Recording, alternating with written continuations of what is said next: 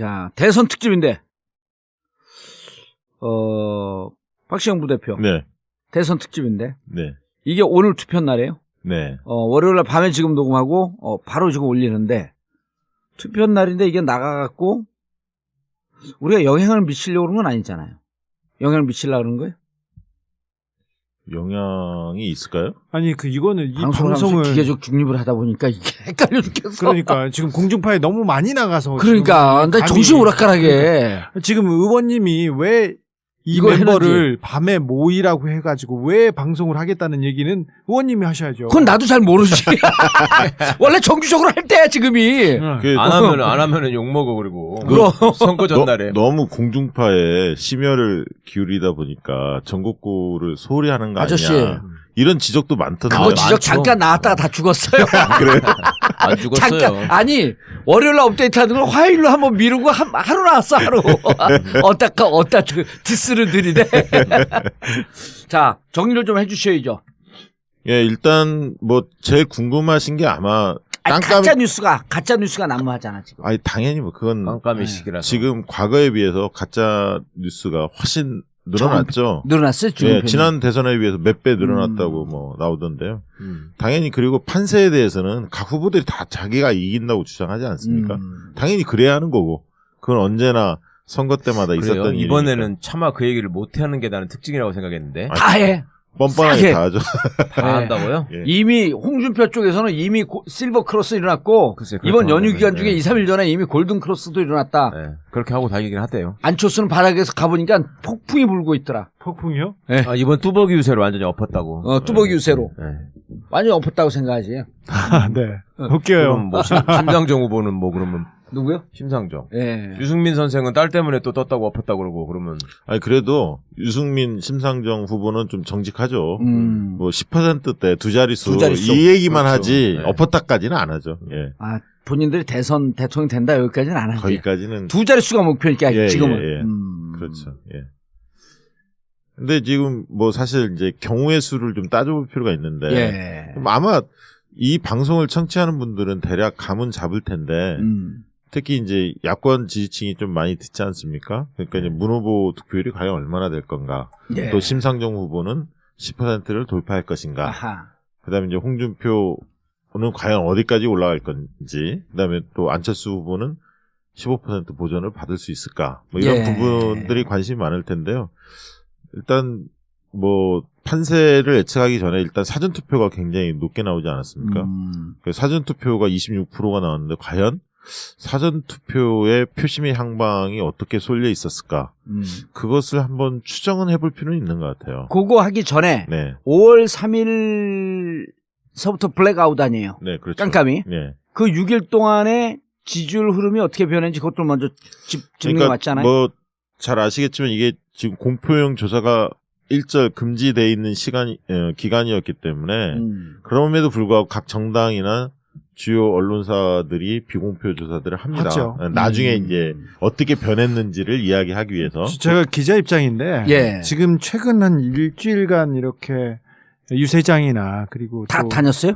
네, 다녀봤죠. 지방에도 가고. 부지런한 연기는 은근히 부지런해. 다른 건 게을른데고 취재 다니는 건 부지런해. 그렇잖아요. 네. 남 괴롭히는 거는. 그런데 홍준표 후보는 예전에 비해서 많이 힘이 생겨서 탄력을 받았다고 보입니다. 그래서 본인 목소리도 그렇고 후보 주변 사람들도 활력이 생겼고요. 그다음에 유세장에 사람이 좀 더 모이기도 합니다.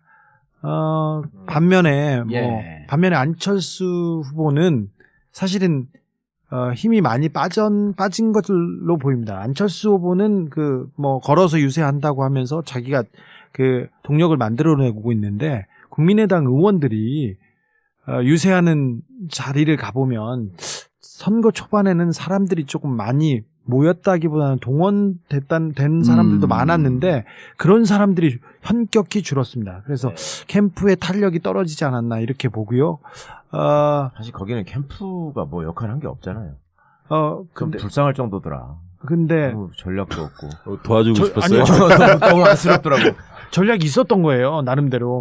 김종인 그게 영입하고 전략이야. 박지원 앞에 내세우는 게 그게 전략이었어요. 예. 그래갖고 망했잖아. 그리고 아니 근데 할아버지들 전략만 너무 써서 글쎄. 이게 그 안철수 후보의 장점이 전혀 보이지 않았던 걸로 안철수 보이고. 후보의 장점은 젊은 친구들하고 그렇죠. 그걸 소통할 부각시켜야 수 있었는데. 되는데. 그리고 비정치적이었지 않습니까? 그리고 예. 정치인과 다른 색깔이었기 때문에 새 정치를 한다. 그리고 참신하다. 그리고 1번도 2번도 아니라고 하고 정통적인 무당파들 있지 않습니까? 예. 거기에 소구할 수 있는 장점이 있었죠. 근데 하나도 못 가져온 것 같고 그 일주일 사이에 유시민이네요. 유승민. 예, 저 유시민 선배랑 당구를 자주 쳐가지고 이 판세를 읽다 보니까 참 죄송합니다. 유승민 후보는 때 아니게 두 개의 큰 호재가 있었죠. 하나는 집단 탈당으로서 동정표가 계속 네. 쏟아져서 처음으로 유승민 후보가 언론의 집중을 받는 그 선거에서 집중을 받은 게 주변 참모들이 다 나가버리는 그런 경우였고, 그 다음에 5월 2일 날. 예, 따님이 예, 불미스러운 일이 있어서 굉장히 그리고 한 이틀 동안 젊은 사람들한테 굉장히 뉴스에 회자되는, 그래서 유승민 후보는 최근 일주일 사이에 가장 힘이 많이 붙은 후보라고 보이고요. 예. 뭐 좀 안타깝게 심상정 후보는 좀 빠져 보이네. 네, 최근에는 약간 좀 어려워 보이고 힘겨워 보였습니다. 왜 그러냐면 또 투표를 할 때는 심상정이 참 좋은데 정권 교체가 먼저라고 생각하는 사람들이 워낙 많아서 전략 투표를 하는 게 보이고요. 안철수 후보가 조금 주춤하고 무너지면서 너무 급격히 좀 무너지면서 버텨주지 못해서 오히려 심상정 후보도 같이 빠지는 이상한 현상이 좀 보이는 것 같아서요. 그래 혼자서 보입니다. 느낀 느낌이. 예, 예. 저는 그러니까 유세장 현장 분위기 그리고 그 캠프들 이게 당 돌아가는 걸 보면 좀 힘이 많이 빠져 보이는 그런 그러니까 상황이었습니다. 근데 현장 가서 어떻게 저렇게 정확하게 여론조사 흐름과 정확하게 일치시키는. 아니 그런지는 몰랐어요 전혀. 진짜요? 그거 한번 전혀. 분석을 좀 해줘. 네. 많이 뭐 비슷하죠. 아주 쪽집게인데요. 예. 그러니까 유승민 후보의 상승세가 가장 두드러진 특징이고요. 예. 깜깜이 선거 기간 동안에. 그러니까 5월 3일서부터요. 네. 그러니까 말씀하신 대로 주진우 기자께서 말씀하신 그 두 가지 이유가 있죠. 근데 그 밑바탕에는 이제 TV 토론을 통해서 컨텐츠가 탄탄하다. 예, 그 국정 운영 능력이나 이런 것들이 좀 있어 보인다, 검증됐다. 이런 것들이 이제 밑바탕에 깔려 있는 거죠. 근데 네. 이건 의원님한테 물어볼게요. 저는 TV 토론을 가장 잘한 사람이 다른 사람들은 심상정과 유승민이라고 얘기하는데 저는 유승민이 제일 못했다고 봐요. 유승민 후보는 뭐 경제 정책이나 전략에 대해서 정확하게 얘기를 하고 있지만 유승민의 정책과 얘기에 대해서 머리에 남는 거는 거의 없어요. 대신 사드밖에 안 남았지. 사드밖에 안 남고 그렇죠. 친북 북한만 나오면 부정하고 사드. 흥분하는 그런 모습을 보이면 이건 합리적이라고 보기는 어렵고 야, 이 사람도 똑같구나 이런 생각이 들었고, 오히려 홍준표 후보는 부자한테 자유를, 서민에게 기회를, 말도 안 되죠. 본인이 하는 얘기하고는 전혀 뭐 말도 안 돼지 발정제 같은 얘기지만 그래도 뇌리에 남고, 그리고 이거는 어떻게 그 서민의 언어를 그대로 씀으로써 포인트는 홍준표 후보가 더 땄지 않나, 저는 그렇게 봐요. 그러니까 제일 많이 급속하게 올라갔죠. 그러니까 TV 그러니까. 토론을 통해서 득표 요인만 본다면 말씀하신 대로 홍준표하고 심상정 후보가 가장 이득을 봤고요. 네네. 순수하게 TV 토론만 네. 본다면 가장 손해본 사람은 진짜 안철수 후보였고요. 네. 그 다음에 이제 유승민 후보는 그것 때문에 오른 건 아니었죠. 이제 그것에 대한 어떤 그래도 TV 토론에서 똑똑한 이미지를 갖고 있다가 말씀하신 그 다음에 탈당 사태에서 나름대로 소신을 지켰고, 그다음에 이제 따님 사건 뭐 이런 것 등등이 이제 맞물려서 영남과 20대에서 올랐습니다. 그러니까 네. 20대에서는 특히 이제 남성층들이 유보층이 굉장히 많았거든요. 판단 유보층이 남성층은 20%가 넘었었습니다. 20대가 유보층이 많고 60대가 유보층이 예, 많다고 늘 지적을 했잖아요. 그 중에서도 20대 중에서 남성이 많았는데 이 남성은 20대 남성의 유보층들은 안보 문제에 있어서 보수 쪽에 가까운 남성층들이 많았어요. 네, 그 층이 붙었어요. 그리고 이제 영남에서 홍준표, 문재인은 싫지만 홍준표도 아니다라고 생각했던 사람들이 부끄럽죠. 유승민으로 몰리고 있습니다. 그래서 이제 쉽게 얘기하면 홍준표가 영남에서 태풍을 일으켰다고 본인은 주장하지만 약간 꺾였어요, 사실은. 영남이라 하면 대구 경북과 부산 울산 경남인데 다 포함해서. 예, 대구 경북에서도 40% 이상 고공행진을 갈 것으로 생각이 됐지만 유승민 후보가 상당 부분 잠식을 했습니다. 아, 그랬어요? 예. 대구 경북에서도. 예. 장하다 유승민. 네, 그런 잠식을 하면서 안철수, 유승민, 물론 문재인 후보는 20, 30대에서 상당히 전폭적 지지를 받고 있습니다. 예, 대구 경북에서도. 안정적으로. 예, 안정적으로 나옵니다. 대략 뭐, 20% 중반대는 나오는 것 같아요. 아직 뭐, 비공개 시점이기 때문에 정확히 알 수는 없습니다만, 흐름상 보면 그렇게 나오는 것 같고, 부울경에서도 홍준표 후보가 바짝 오르는 느낌이었는데, 그 부분에서도 그 표의 분산이 유승민 후보 때문에 약간 나타나는 것 같습니다. 그래서, 부울경에서는 여전히 문재인 후보가 앞선다는 평이 주류고요. 아니, 그러니까 부울경도 네. 지금 이제 얘기하는 시점이 5월 2일부터 이제 깜깜이 들어갈 때 그렇죠. 그때 일단 부울경에서 1등을 문재인 후보가 하고 있었지만 네. 홍준표 후보의 상승세가 가파랐다 그렇게 얘기했잖아요. 그때도. 그렇죠. 가파랐죠. 근데 이제 그게 유승민의 깜깜이 들어가고 난 다음에 예. 유승민이 올라오면서 예. 홍준표가 좀 꺾였다. 꺾였다는 거죠. 그러니까 전체적으로 보면 그 깜깜이 선거 기간에 홍준표도 정체 하락이었어요. 예. 아, 정체에서 정체 약간 정체 아. 하락 약간 꺾였습니다. 실제로. 그렇게 이제 많은 조사 전문가들은 그냥 보고 있어요. 뭐 수치를 얘기할 수가 없기 때문에 예. 대략 가늠을 그렇게 하고 있고. 그러면은 그럼 유승민한테 넘어갔다는 얘기예요? 정치 유승민도 일부 좀 가져갔고요. 먹었고. 일부 가져갔고요. 그 다음에 안철수 후보도 그 정체 하락. 예. 아, 그러면 네. 이제 이거는 얘기할 수 있잖아요. 지금 한간에 떠돌고 있는 그 근거 없는 뉴스 중에서 20% 중후반대를 쳐서 30%까지 치고 올라가고 있다. 홍준표가. 네. 그게 지금 그 돌고 있는 가짜 뉴스 중에 한 축 아니에요? 저는 그거는 거의 100% 가짜 아, 뉴스 같아요. 그러니까 왜냐하면 정치 하락이면 왜냐면 정치 하락이면 이미 5월 2일 발표할 때쯤 그때 20%도 안 쳤었거든요. 예. 예. 그때 분명히 20%안 쳤잖아요. 예. 그럼 정치 하락이라고 하면 그 언저리에서 머무르거나 그렇죠. 예. 아니면 그때 조금 한 2, 3동 올라갔다가 하락이어도 20% 중반대는 못 가는 거 아니야. 그러니까 그렇죠. 이렇게 보시면 되는 게 예를 들면 쉽게 100을 기준으로 볼 때 예. 그 군수부들하고 무효표 합치면 1%는 나오잖아요. 그럼 99를 가지고 계산을 해보면 쉽게 심상정 유승민 후보가 10% 언저리에 있어요. 예. 그러나 옛날보다 많이 올랐습니다. 그래서 한 예를 20 잡고 둘을 합해서 20은 좀 안 되네. 안 되더라도 15에서 20 사이 어. 정도 되는 것 같아요. 예. 대략 분위기상. 그렇게 따진다면 예. 문재인 후보가 아무리 안 나온다 하더라도 최악에 안 나온다 하더라도 35% 아닙니까? 예. 그렇죠. 35에서 35 밑에를 내려가는 거는 제가 한 번도 본 적이 없거든요. 최근에 40 내려가는 여론조사가 거의 없었지 않나요? 40 내려가는 여론조사가 없긴 한데 전화 면접에서는 몇 건 한두 개 나왔었죠. 예. ARS 블랙아웃 조사는 들어가기 전에. 보통 한 44%. 자, 그럼 어바웃 40으로 잡아봅시다. 만약에 40으로 예. 잡는다면 더더욱이나. 예, 40으로 잡아보고. 그러면 아까 심상정 유승민 후보가 15에서 20. 15%를 일단 잡자고요. 네, 적게 잡아도. 예. 그럼 55 아닙니까? 그렇죠. 예. 그러면 안철수 홍준표 후보가 44%잖아요. 합치면. 예. 그러면 예를 들면 만약에 문재인 후보가 40%면 한 사람이 4% 이하를 그렇지. 해야 당선되는 거 아니에요. 안철수가 사과되거나 홍준표가 사과돼야지. 예를 들면 사실적으로 본다면 아, 전주끼리 금방 뭐 이해하는 그런 말도 나 참 들었어. 이게 뭔 얘기인가. 아니 왜 이해가 안 돼? 그렇게 쉬운데. 아, 그래? 아, 전북 3인방이 다 오는데 오늘. 더 예를 들면 문재인 후보를 더 낮게 잡아봅시다. 예를 네. 들면 35. 35로 잡아봅시다. 아하. 35를 잡고 아까 유승민, 심상정 합쳐서 15%를 잡으면 네. 50이잖아요. 아까 예. 1% 감안하면 51%. 네. 예. 그러면 49. 49를 가지고 나눠 갖는 건데 예. 그러면 35를 넘기려면 36. 36이 돼야 하잖아. 그러면 한 사람은 13. 13이 나와야 돼. 아, 한쪽, 그러니까 안철수가 13이 나오거나 홍준표가 13이 나와야 되는데 둘 다 일단 13은 안 돼. 다 넘어.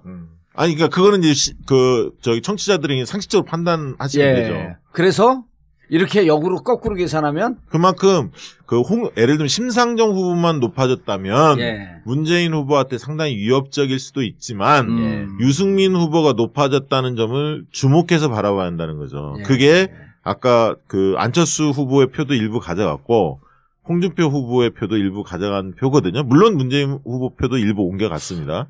그 표 중에는. 예.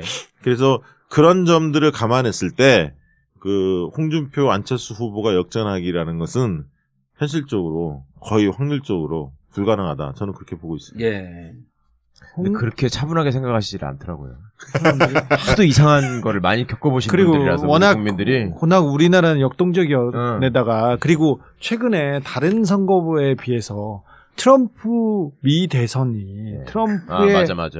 그게 트럼프의 당선이 주는 그 트라우마가 크거든요. 맞아요. 아니, 사실 냉철히 보면 트럼프도 전국 투표에서는 힐러리가 근소하지만 이겼잖아요. 네. 여론조사 결과는 사실 그 부분은 그렇게 틀린 건 아니거든요. 주 단위에 네. 있어서의 틀렸던 부분이지 사실. 트럼프가 브렉시트인데 거기다가 이제 우리는 선거 개입하는 놈들이고 개표 조작도 얼마든지 할 수 있는 사람들이라고 생각을 하니까 그러니까요. 유권자들이 불안한 네. 거죠. 네.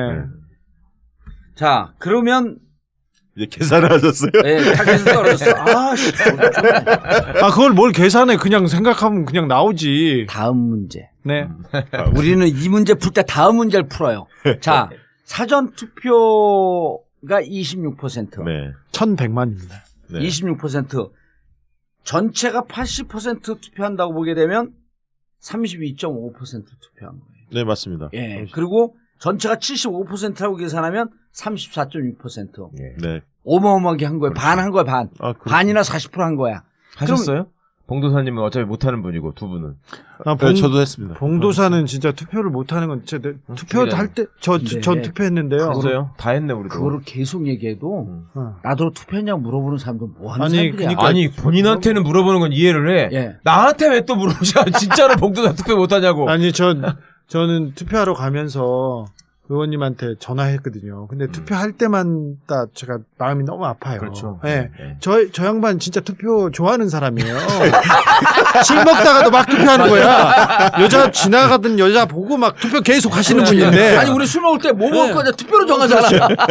아니, 근데 이게 출마도 못하고 그다음에 투표도 못하고 이게 너무 가슴 아파요. 아 출마 못하는 건 괜찮아. 방송인이니까 이제 뭐 그건 관계없지만 투표를 못하는데 아니 우리 집사람하고 아들 보내놓고 그 앞에서 따라가가지고 기다리는데 슬프더라고. 그러니까요. 근데 이제 우리 아들 참 또 기념비적인 인물이야.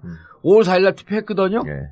그러더니 5월 8일날 저녁에 전화하고 7일날 저녁에 전화하고 아빠 9일날 올라갈게요 그래. 그래서 왜 올라가 그러니까 또 투표하러? 아니 이제 본투표해야지.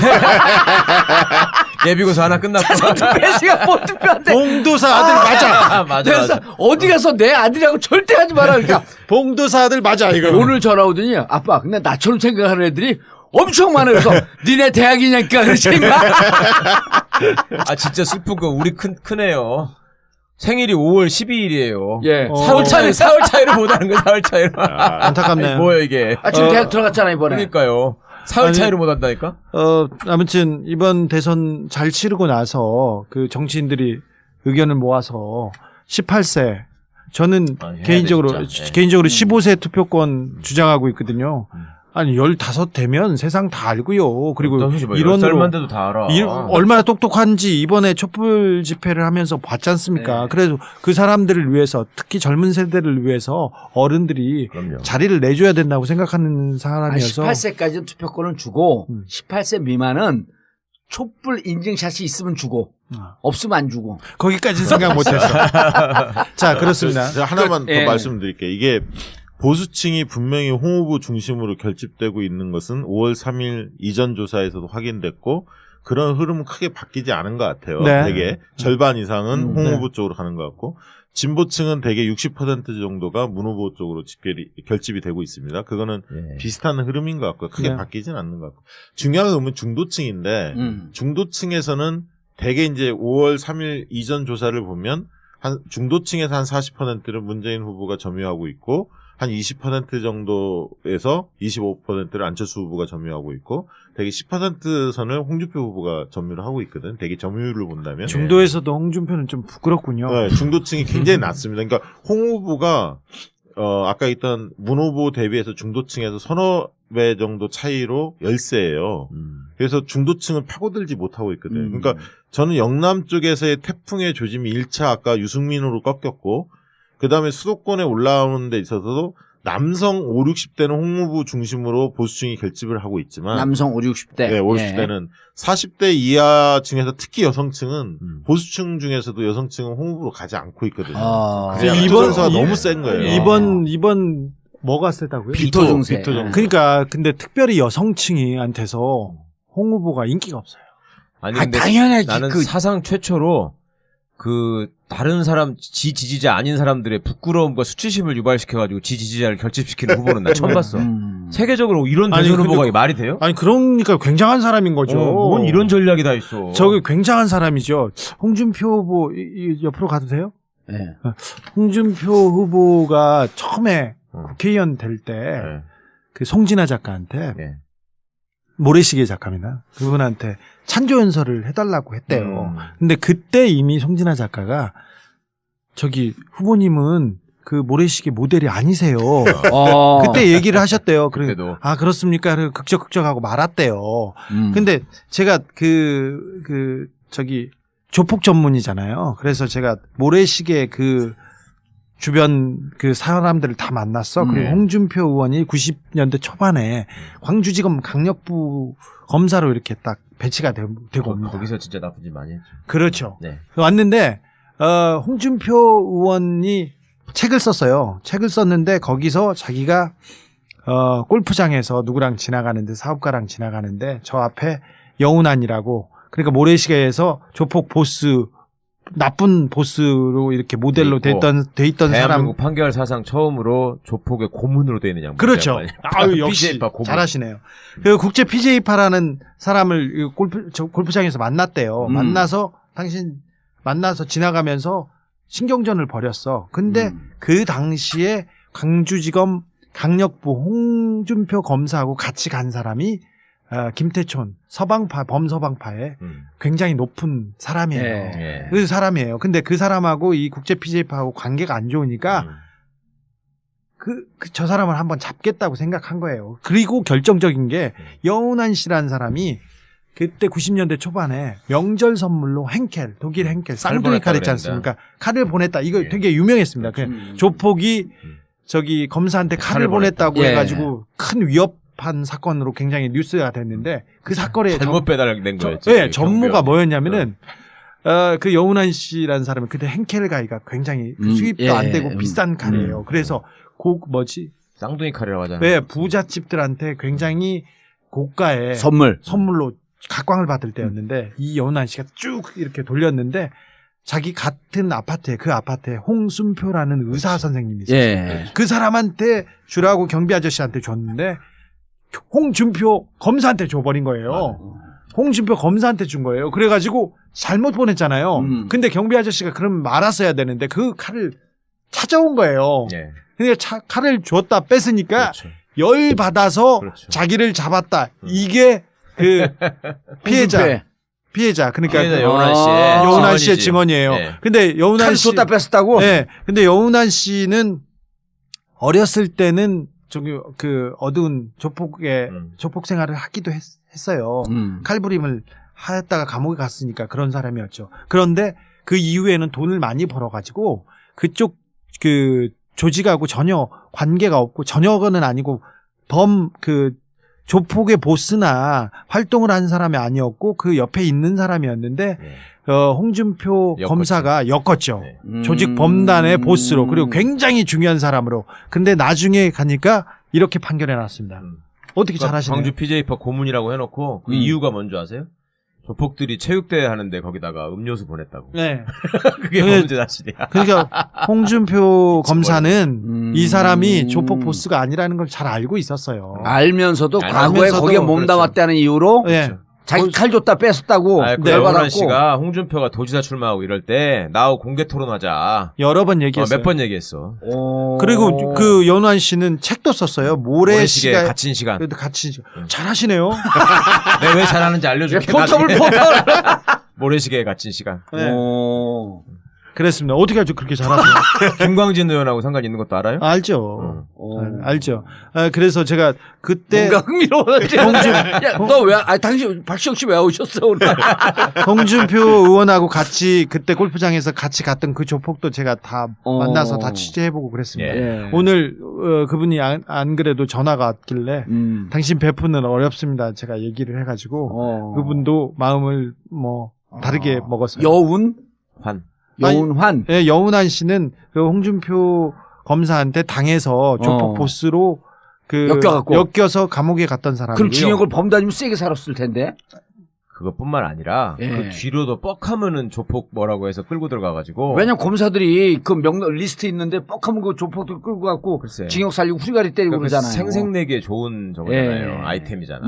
그래가지고 하여튼 온데 다 이용호 게이트 때도 가서 그렇죠. 괜히 어물게 고생하고. 네. 이용호는 정말 시대의 사기꾼이거든. 예. 이용호 때 그랬지. 그다음에 저 최규선 선생 또 뭔 일 하면서 돌아다니면은 또 꼭 여운하고 DJ 때? 붙여가지고 연결하려 예. 그러지. 하여튼 호남에서 뭔 일 있으면 과거 다 붙여서 엮으려 그래.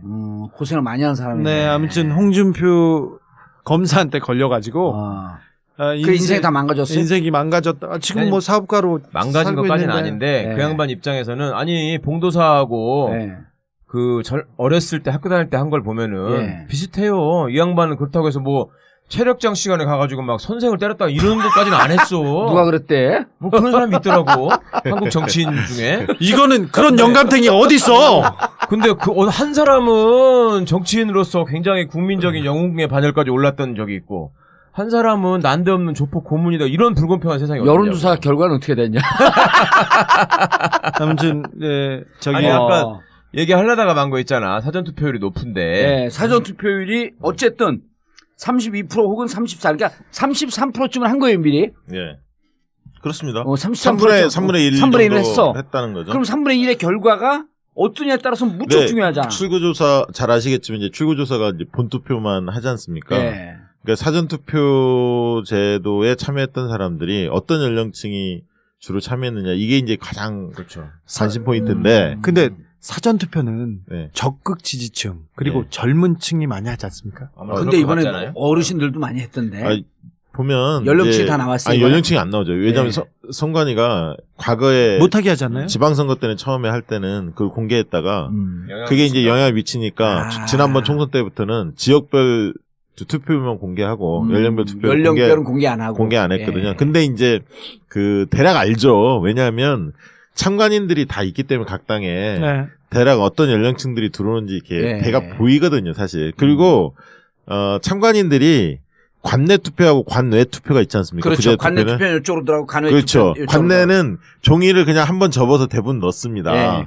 관외 투표는 밀봉을 하잖아요. 우편에다 회송용 보내야 되니까. 봉투로. 네. 그럼 관외 투표는 못 보지만 관내 투표에서 접어서 넣으면 대개 그걸 여러 번 접는 사람은 없어요. 왜냐하면 이게 인주가 묻어날까 봐 두려워서 한 번만 딱 접어갖고 되게 넣거든요. 예. 그러면 잘 안 접죠. 잘 안 접습니다. 다 보여요. 살짝, 다 인주가, 보입니다. 인주가 그러니까. 접힐까봐. 예. 예. 그러면 유심히 보면 한 70%는 창관이 똘똘하면 보여요, 이게. 네. 특히 1, 2번 후보는 거의 보인다는 그렇지. 거예요. 4, 5번, 3, 4번 헷갈리긴 한데. 1번은 특히 식별이 잘 되잖아. 1번은 아주 식별하게 좋거든요. 그럼 이제 그런 사람, 투표를 해본 사람들이 확실히 역시. 틀리네. 그런 사람들 이렇게 모니터링 해보면 대충 분위기가 나오거든요. 꼭 예. 조사를 하지 예. 않더라도. 근데 이제 대략 얘기 나오는 것들 들어보면 정확한 거냐, 선거 이제 끝나고 나면 선관위가 사전투표 연령별 투표율이 어떻게 됐는지 공개할 겁니다. 네. 거기서 드러나겠지만 30대가 제일 많이 한 것 같고요. 30 대가? 그다음에 아하. 20대가 많이 한 것 같습니다. 젊은 원래는 층이 많이 해요. 예, 왜냐하면 20대가 사전투표에 적극적으로 응할 수밖에 없잖아요. 대학생들이 주소지가 지방으로 돼 있기 집권했으니까. 때문에. 근데 이번에는 반드시 5월 4일, 5일 날 투표할 수밖에 없는 사람도 했지만 한편으로 아까 주 기자님 말씀하신 대로 적극적 투표층들이 기다렸어.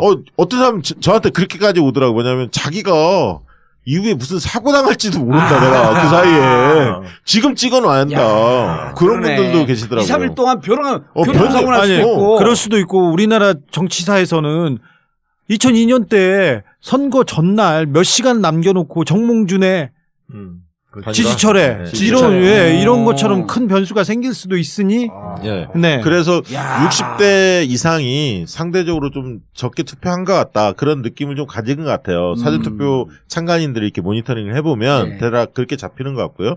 그리고 이제 지역별로도 호남에 비해서 대구 경북이 좀 적었지 않습니까? 이제 그런 것들로 본다면 사전투표에서 문 후보가 상당히 높은 득표를 거두지 있을 않았을까? 가능성이. 그렇게 좀 라고 추정할 아니라 추정할 수는 있겠죠. 예. 일정하게 비공개로 조사한 데들도 있잖아요. 그게 있는데 이제 그건 비공개니까. 예. 뭐 아니, 비공개로 또 추세는 알 거 아니야, 추세. 뭐 그건 잘 모르겠고요. 예. 근데 이제 개표 참관인들의 전원에 의하면 1번은 눈에 딱딱 보인다는 거예요. 이게 늘 때 1, 2번은. 그렇죠. 이제 그런 측면들을 볼 때, 뭐. 양심 고백. 조사했어요, 안 했어요? 그것만 얘기해. 했어요, 안 했어요? 노코멘트, NCND. 그럼 했다는 거네? 그렇죠. 바로 말려버리는 거야. 아니, 안 했으면 안 했다 그러지. 그렇지. 뭐야, NCND가 뭐야, 벼랑 안에. 조사 봐봐. 투표권 있냐 없냐 그럼 바로 없다고 없죠. 그러잖아. 그걸 NCND라고 안 하잖아. 아니, 저는 미국 좋아해요.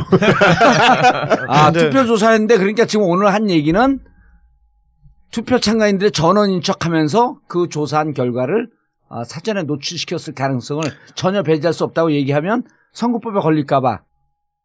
맞네, 맞아. 맞네, 맞아. 예. 결과 나온 거예요. 몇 명 조사했어요? 1000명, 1500명.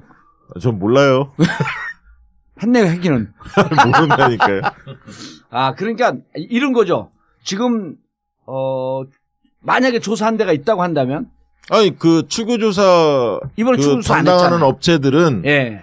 그 출구조사에서 연령별 투표 성향이 나오잖아요. 예, 그거하고 사전투표율이 워낙 많이 참여했는데 그 연령층 투표 성향이 다를 수가 있거든요. 아하. 왜냐하면 특정 후보 지지층이 만약에 많이 했다. 예. 가정을 한다면 동일하게 20대, 30대의 그 같은 연령층이라 하더라도 본투표 때 성향이 꼭 같으리라고 장담할 수가 없거든요. 그렇지.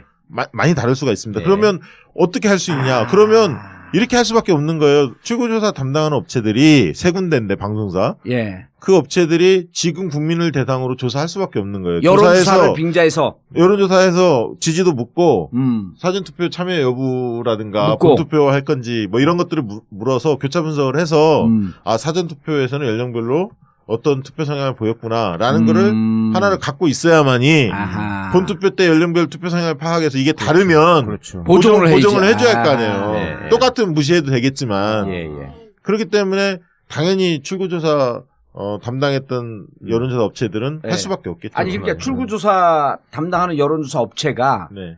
예를 들어볼게요. 이렇게 질문을 해. 자, 쭉쭉쭉 이렇게 성향을 물어봐. 그럼 마지막에 사전투표를 하실 겁니까? 본투표를 본투표를 하실 겁니까? 그럼 사전투표를 할 겁니다. 그럼 사전투표를 한 거로 되는 거 아니야? 사전투표 했습니다. 그럼 사전투표에서 몇 번을 찍었습니까? 라고 물어보는 게 법적으로 하자가 있어요, 없어요? 그거는 여론조사를 그렇게 물으면 안 됩니다. 그러면 응답 거절률도 높고 문제가 될 수가 있어요. 그렇기 때문에 대개는 어떻게 물어봐? 어떤 후보를 지지하세요? 지지도를 먼저 묻고 지지도를 먼저 묻고 맨 나중에. 마지막에 투표의향 투표 의향하면서 물어보면서 네. 본투표 할 거냐 아니면 사전투표 했다 그러면은 위아래를 맞춰서 사전투표를 했으면 이분을 찍었겠구나. 대략 뭐 그런 방식으로 하겠죠. 한다면. 예. 예.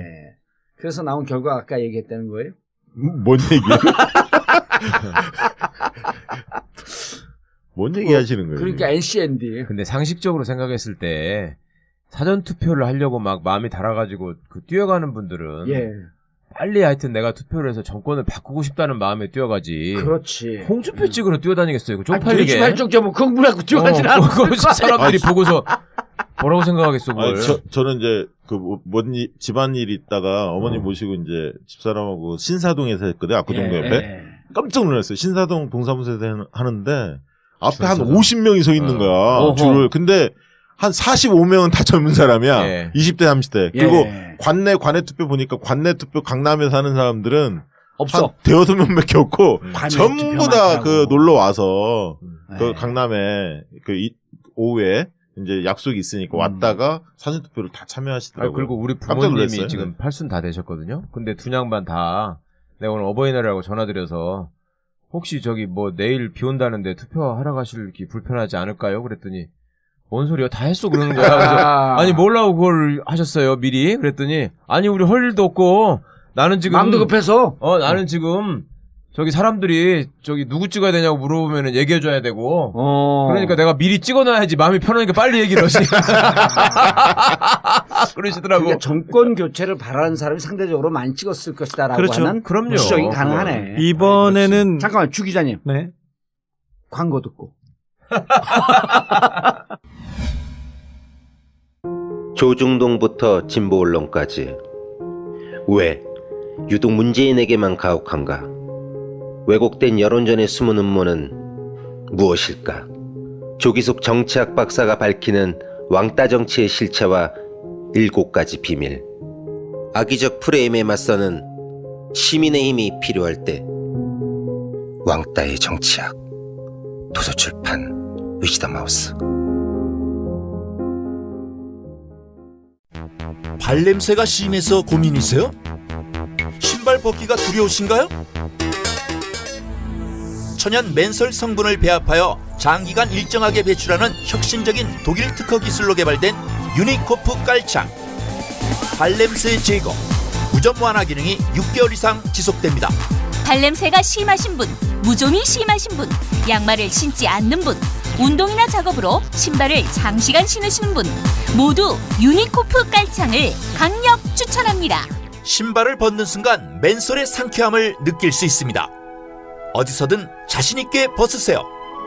국내 최고의 공인기관으로부터 인체 및 환경 유해 물질 안전성을 입증받았습니다.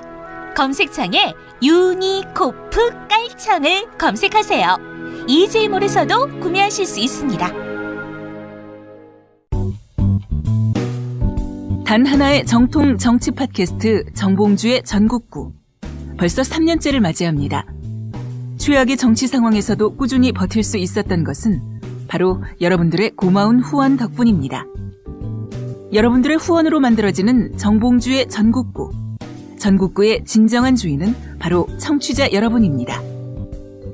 전국구 후원 안내입니다. 팟빵 전국구 홈페이지 자발적 유료 배너를 클릭하시거나 정기 후원 1877-1828, 1877-1828로 전화 주십시오. 여러분의 후원에 깊은 감사를 드립니다.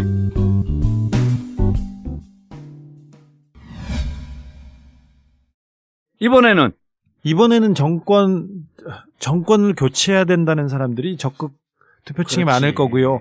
그리고 나이 많이 드신 분들도 조금 홍준표 후보는 좀 부끄러워하는 그럼요. 그런 어떻게 내놓고 자랑하기는 그렇잖아요. 일단 야매 눈썹 부끄럽잖아요. 그리고 지금껏 계속 해왔고 그리고 노인 폄하 발언 이게 폄하죠. 아니 그렇죠. 영감탱이. 근데 자기 장인 어른인데 아버지한테 지가 이렇게 얘기하는 그런 사람이 영감탱이 이게 아니 그 서로 애칭으로 영남에서는 그래요. 그런 표현을 쓰긴 한데 그, 근데 아니, 지금 지적한 게 포인트예요. 그 영감탱이가 그러면은 좀 비하하는 장인으로 얘기할 경우가 있긴 있는데 지가 그러잖아. 지가.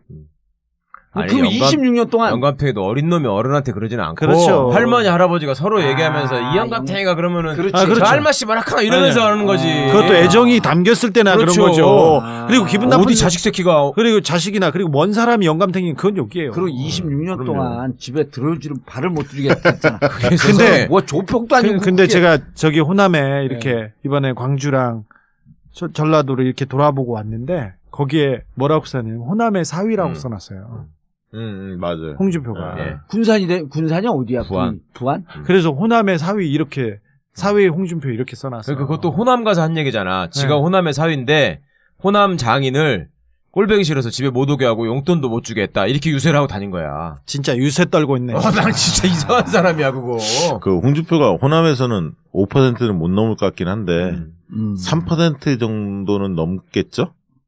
아니 뭐 거기는 민주정의당 때부터 찍는 사람들이 조금은 그 있어요. 정도는 그렇지. 있잖아요. 네. 근데 지난 대선에서 문재인 후보가 광주에서 92, 저기 전남에서 89몇 %, 그 다음에 전북에서 87% 득표했어요. 네. 그러니까 박근혜조차도 굉장히 득표하기 어려웠는데 홍준표는 굉장히 어렵겠죠. 그럼요. 네.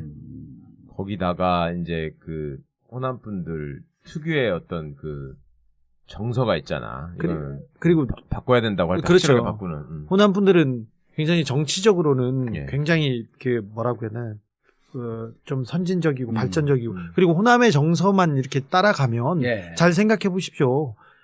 문재인을 선택했고요. 그 전에 노무현을 선택한 사람들은 광주의 민심이었었어요. 그럼요. 그래서 예. 노풍이 불기 시작했고 그 전에 DJ 그렇게 방송에서 가짜뉴스에서 계속 빨갱이라고 했을 때도 그래도 김대중이 대통령이 돼야 된다고 계속 지키고 있던 사람들이었습니다. 그렇죠.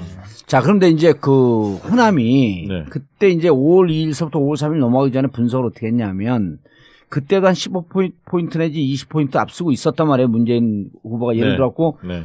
45면은 뭐 한 그 25, 30, 요 30 정도. 네, 한 50대 30, 55대 35, 55대 40 뭐 이 정도였죠. 그렇죠. 그러니까 네. 한 15에서 20 정도 벌어졌는데 네. 그때 무슨 예측을 했냐면 막상 투표가 임박하는 시점이 되게 되면 한쪽으로 쏠리는, 즉 문재인 쪽으로 쏠리는 현상이 빚어지면서 차이가 많이 날 것이다. 한 3대 4.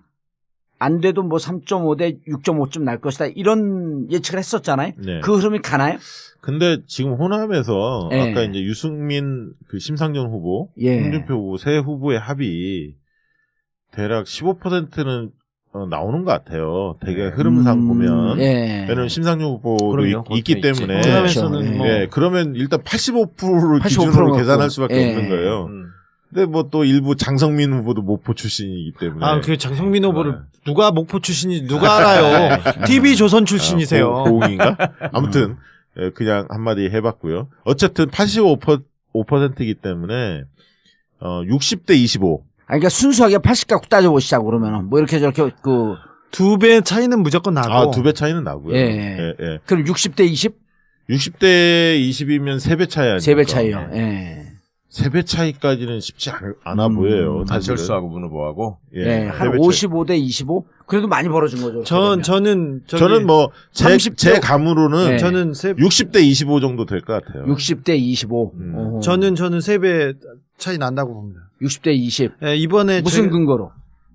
제가 이번에 광주를 이렇게 돌아봤는데요. 예, 주말에 예. 주말에 돌아봤는데 김홍걸 박사, 김홍걸 그 DJ의 삼남 김홍걸 씨, 네. 그다음에 황기철 전 참모총장 네. 이렇게 돌아봤는데 세 명이서 광주를 돌아보고 광주에서 만나는 사람들을 보고 그 광주에서 얼마나 문재인 후보가 득표할 것인가 얘기했었는데 김홍걸 박사는 70% 얘기하고 저는 80% 얘기했고 광주에서. 황기철 광주에서만. 참모총장은 90% 그랬다며. 얘기했어요. 근데 얘기를 황기철 했는데 그분은 고향이 어디예요? 그분은 저기 마산인지 창원인지 전통적으로 그 해군 지역에서만 나고 자라고 네. 거기서만 컸어요. 예. 그런데 저희가 이렇게 얘기했던 게 70, 80이면 굉장한 득표율인데 그럼요. 근데 느끼기에는 광주가 될 사람 그리고 정권 교체 열망이 크기 때문에 다른 데 표를 나눠주지 않는다. 이 얘기를 계속 너무 많이 들었어요. 나도 호남에서 문재인 60 넘는다고 봐요. 왜냐하면 우리 부모님이나 우리 아니, 호남 친구들이나 지금 광주를 얘기한 거거든. 광주, 전남, 전북 다 합쳐가지고. 근데 전북에서는 문재인이 확 높거든요.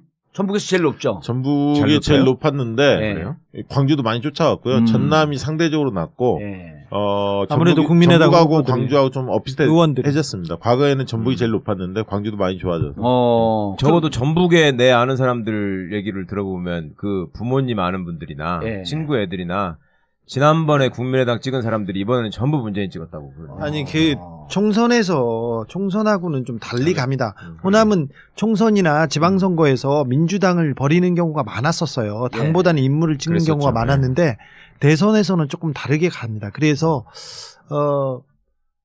저는 여론조사 제가 아는 호남 분들은 여론조사 기관에 제대로 답하지 않더라고요. 네. 그런 사람들도 많다고 봐서 굉장히 호남에서는 문재인 후보가 굉장한 득표를 올리지 않을까 저는 그렇게 생각해요. 그럼 지난번에 그 결과할 때 나왔던 20% 차이, 예를 들어 55대 35. 그럼 이게 많이 무너지면서 30포인트 이상 벌어질 것이다. 네, 저는 뭐 그 정도는 벌어진다고 보고요. 예. 그래서 아까 얘기했던 60대 25 하면은 35 정도 35 벌어지잖아요. 정도. 예. 만약에 주 기자 얘기대로 그게 뭐 최 변호사님 말씀대로 예. 70% 이상. 예. 70대 20. 예를 들면 70%가 나오면 안철수 후보가 거의 한 15% 나오는 몰락한 거예요. 거잖아, 그거는. 예를 들면 그거는 아까 100이 아니기 때문에 나머지 세 후보가 네. 15% 나온다고 봐야 하기 때문에 예. 70대 15인 거예요, 사실은. 아니 근데 예. 저는 또 이렇게 문 후보가 득표를 많이 하리라고 생각하는 게 사실 국민의당의 기반은 호남이었고 예. 전남북인데 지난 가장 중요한 시기 주말을 온전히 광주에서 보내는 안철수 후보를 보고 네. 아 이쪽이 무너지는구나. 그렇죠. 그리고 네. 제가 유세장에 불안하구나. 가봐서 박지원 대표도 보고 다른 사람들도 만나봤는데 동원된 사람 말고 사람들이 안 모여요. 광주에서도 안 모여요. 네. 그래서 바닥 민심이 국민의당. 예, 그래서 좀 어렵구나 이 생각이 합니다. 저는 근데 안철수 후보의 목소리를 내고 안철수 후보 색깔대로 갔다면 조금 더 다른 사람들한테 그리고 호남과 그렇죠. 젊은이들한테도 네. 많이 그 호응을 호불호를 받았을 거라고 생각하는데 너무 올드 패션으로 4차 갔어요. 산업혁명을 내세우는 사람이 박지원, 김종인이랑 그렇게 해버리니까 이상하잖아. 누가 봐도 네. 뭐요 그게. 그래서 그러니까 이게 아니, 근데 지금 그 TV에 나온 것만 봐도 나는 그 양반이 헷갈리는 게 이랬잖아요. 새정치 한다 그러면서 3년 동안 새정치의 내용이 뭔지 결국 얘기 안 했잖아. 끝까지. 예. 근데 이번에도 유세하는 거 TV에 나온 거 보면 아주 엑기스만 뽑았을 거 아니에요. 과거를 선택할 것입니까? 미래를 선택할 것입니까? 이게 구호거든요. 그리고 1, 2번은 과거 세력이고 저 3번 안철수는 미래 세력입니다. 예. 여기서 한 발도 더 못 나가더라고. 아니, 그러니까 미래가 그럼 구체적인 얘기가 없이. 미래가 뭐라 그러냐면 또 4차 산업혁명이라 그래요. 예.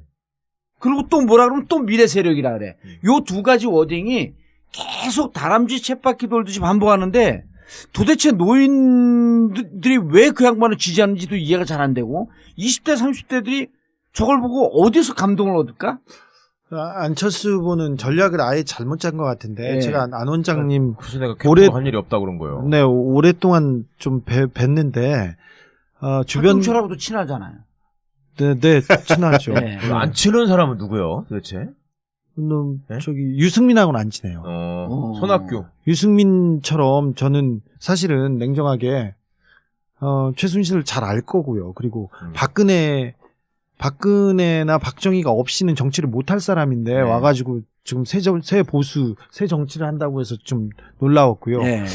그런데 다 친합니다. 근데 만약에 토론을 많이 하고 안철수 의원의 색깔, 안철수 의원의 장점대로 이렇게 선거를 치렀으면 조금 달라졌다고 보는데 이번에는 주입식 교육, 그러니까 Q&A를 써줬어요. 누군가 써주고 달달 외워서 그 부분에 대해서만 답하고 그걸 벗어나면 토론은 사실 그때 임기응변이 그렇죠. 임기응변과 아니, 근데 뭘 믿고 1대1 맞짱 토론하자고 계속 앵긴 거야?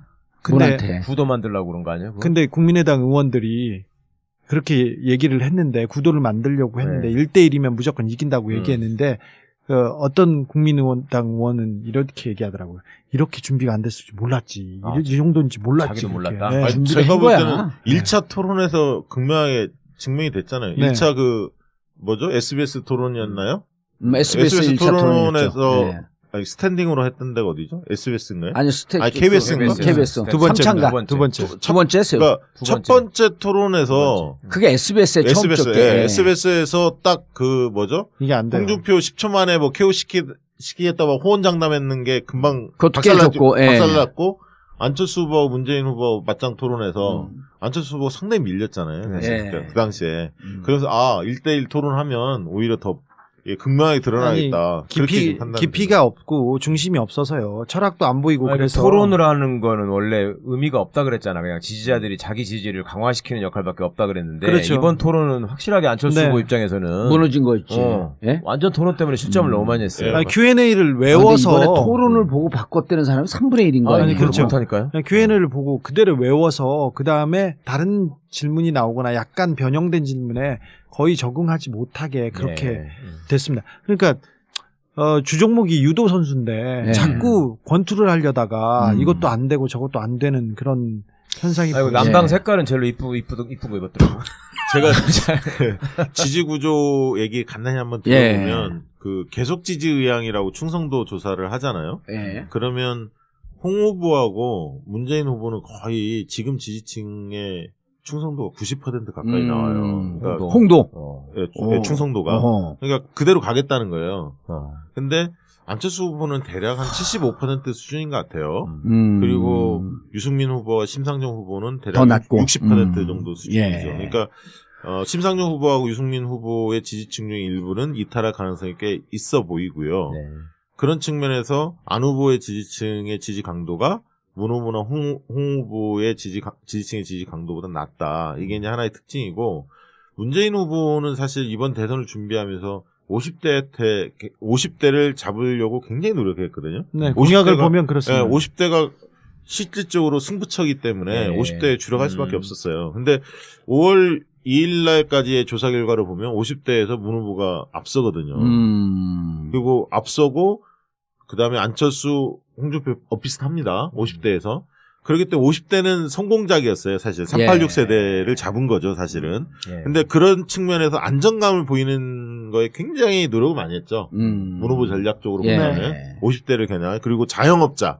아니, 처음 조사할 때는 50대 초반에서는 문이 이기고 후반에 졌죠. 후반에서 안철수가 졌는데 나중에 지나면서 5월 2일 예. 그러니까 발표 블랙아웃 이전에 마지막 것까지 조사. 보면은 50대에서 문이 이겼다. 예, 문이 앞섭니다. 문이 앞서고요. 그때 뭐라 그러냐면 50대에서 문이 10포인트 안짝으로만 쳐도 승산이 있다 그랬단 말이에요. 그래도 무조건 이기죠. 선거사. 근데 이제 50대는 확실히 그런 면에서 문 후보가 공을 기울인 만큼 성과를 보였는데 네. 반면 20대는 그렇지 못했다는 20대에서 거예요. 오히려 떠났네. 네, 20대는 30대하고 지금 20대 비교해 보면 상당히 격차가 납니다. 그러니까 30대가 문 후보 지지가 가장 높은 탄탄하죠. 계층이거든요. 탄탄하거든요. 30대, 40대. 예, 30대, 40대는. 예. 근데 20대는 최근에 많이 이탈했어요. 왜냐하면 20대가 왜 그러지? 이제 유승민 심상정. 후보, 특히 심상정 네. 후보가 20대에서는 거의 그럼요. 2등에 가깝습니다. 1등은 누구예요? 1등 문재인 후보죠. 문재인. 근데 이제 그 격차가 압도적이지 않다는 거죠. 심상정 후보도 상당히 높게 나오고 있고, 그다음에 안철수, 유승민 골고루 나옵니다. 홍준표 후보가 상대적으로 20대에서 가장 낮은 지지율을 보이고 있는데, 어쨌든 20대에서 상당히 반란이 일어난 거죠. 문 후보 입장에서 본다면. 만약에 20대가 공고하게 30대의 흐름을 같이 했다면 과반 같겠네요. 이번에 과반 달성이 충분히 가능했으리라고 봅니다. 하지만 지금 이제 20대에서 이탈이 좀 꽤 심하기 때문에 과반이 좀 불투명한 그런 상태인 거고, 아까 이제 호남에서 그 결집이 얼마나 더 일어나느냐에 따라서 지지율이 약간 그 변동이 있을 것 같은데, 전체적으로 봤을 때 그래서 과반은 20대 때문에 과반은 좀 힘들 것 같다. 네, 저는 좀 그렇게 보는 편이고요. 마지막 변수가 예. 4가지가 있는데, 하나만 그것만 일단 먼저 소개를 드리면, 지역별 투표율 차이가 있느냐라는 문제겠죠. 그 예를 들면 호남이 투표율이 높았는데 예. 대구 경북이 투표가 낮을 거냐, 이런 변수가 하나 있죠. 거기에 또 연령별 투표율 변수도 분명히 있죠. 지역별 연령별 투표율 변수가 하나 있고요. 두 번째는 출구조사나 여론조사에 전혀 잡히지 않는 계층이 있어요. 군 부재자. 아하. 이게 되게 50만 명 경찰하고 합치면 예. 그렇지 않습니까? 예. 군 부재자가 있고 재외국민 투표가 있어요. 한 20만 명 했던. 요거는 22만 명 했죠, 이번에. 예. 29만 명 중에 75%인가 22만 했죠. 명 했죠. 이제 그 분들은 안 잡힙니다. 근데 그런 군 부재자나 경찰 또한 경찰 예. 그다음에 재외국민 투표로 본다면 거기에서는 문 후보가 상당히 선전했을 가능성이 있습니다. 그렇죠. 제가 볼 때는. 그다음에 이제 아까 사표 방지 심리가 어느 정도 작동할 거냐. 아까 이제 심상정, 유승민 후보의 계속 지지 의향이 상대적으로 60% 예. 정도밖에 되지 않는다고 하는데 이게 막판에 어떻게 움직일 거냐, 이 문제가 있고요. 마지막으로 이제 아까 말씀드렸던 호남에서 막판 결집도가 어느 정도 호남에서의 있을 거냐. 결집도. 예. 이런 거에 따라서 지지율 차이가 한 2, 3%는 왔다 갔다 하거든요, 사실. 3% 정도는. 예. 이제 그게 어떻게 움직이냐에 따라서. 그리고 이제 홍 후보 입장에서도 홍 후보가 막판에 스포츠를 좀 올립니다. 예. 지금 대형 교회 중심으로 굉장히 문재인 후보의 네거티브가 기승을 부려요. 그러면 카톡으로. 빤스 목사님 나오시기 시작했어요. 예, 실제로 그렇고, 그래서 안 후보 같은 경우는 그 뚜벅이 유세 이런 부분들이 동정표를 약간 자극을 해서 네네. 지지율을 하락세를 멈춘 건 분명하거든요. 나름 성과를 네, 보이고 성과. 있는 것 같습니다. 예, 성과를 보이고 있어요. 근데 이제 아까 호남에서 만약에 더 빠진다면 실질적으로 뭐 15%, 18% 뭐 이 정도로 보통 예상들을 하는데 그게 어떤 영향을 미칠지는 좀 더 지켜봐야 할 것 같습니다. 전체 투표율은 80% 넘겠죠, 이번에? 80% 가까이 될 것 같아요. 우리가 그러니까 국민들 만나서 인터뷰를 해보면 재밌는 현상이 뭐냐면 지난 대선보다 너무나 차분하다는 거예요. 조용하다는 거예요. 그러면 네. 선거열기 없지 않느냐 물어보면 뭐라고 얘기하냐면 50대 이상은 아니 우리 탄핵 때 이미 너무 많이 싸웠다는 거예요. 주변 사람들하고. 그렇죠. 탄핵 찬반으로 음. 너무 많이 싸워서 상처를 받았기 때문에 얘기는 안 한다. 대선에 대해서 너무 관심이 높지만 이 얘기를 안 할 뿐이다. 아. 그러나 우리 다 투표한다. 이렇게 얘기하고요. 50대 이상도. 그다음에 자기 자식들을 보니까 20대 자녀들을 보니까 너무 그 선거에 너무너무 관심이 많다는 거예요. 하고 싶어해 막. 젊은 그래서 친구들이. 자기들이 깜짝 놀란다는 거예요. 네. 50대들이 20대 자녀들을 보면서 TV 토론을 같이 보면서 4명의 형제가 둘, 그다음에 아버지 어머니 같이 보면 네. 생각이 다 달라서 얘기를 안 한대. TV 토론 보고. 자, 이게 다 최순실 네. 열사의 그렇죠. 공인 것 같아요. 네, 맞아요. 그래서 20대들에 대해서 투표율이 굉장히 높을 거라고 50대들도 얘기하고 20대들도 인터뷰하면 스스로도 얘기를 합니다. 예. 그래서 저는 투표율이 80% 육박할 가능성이 높다. 그런데 이거. 이제 어쨌든 지난번에 그 75.8%였단 말이에요. 18대 때. 예. 근데 그때 이제 나는 감옥에서 잘 몰랐지만 음.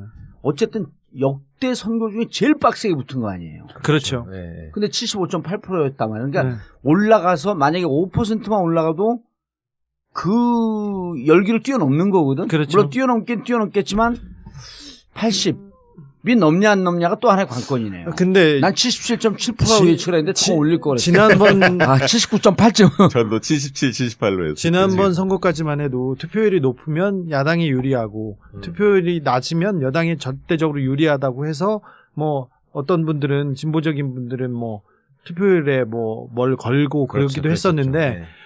정작 75%가 넘었을 때도 그 노인층 그리고 영남에 있는 그 여권 지지층 예. 1번만 찍는다는 사람들의 결집력 그리고 조직력 동원력이 굉장했다는 걸 봤지 않습니까?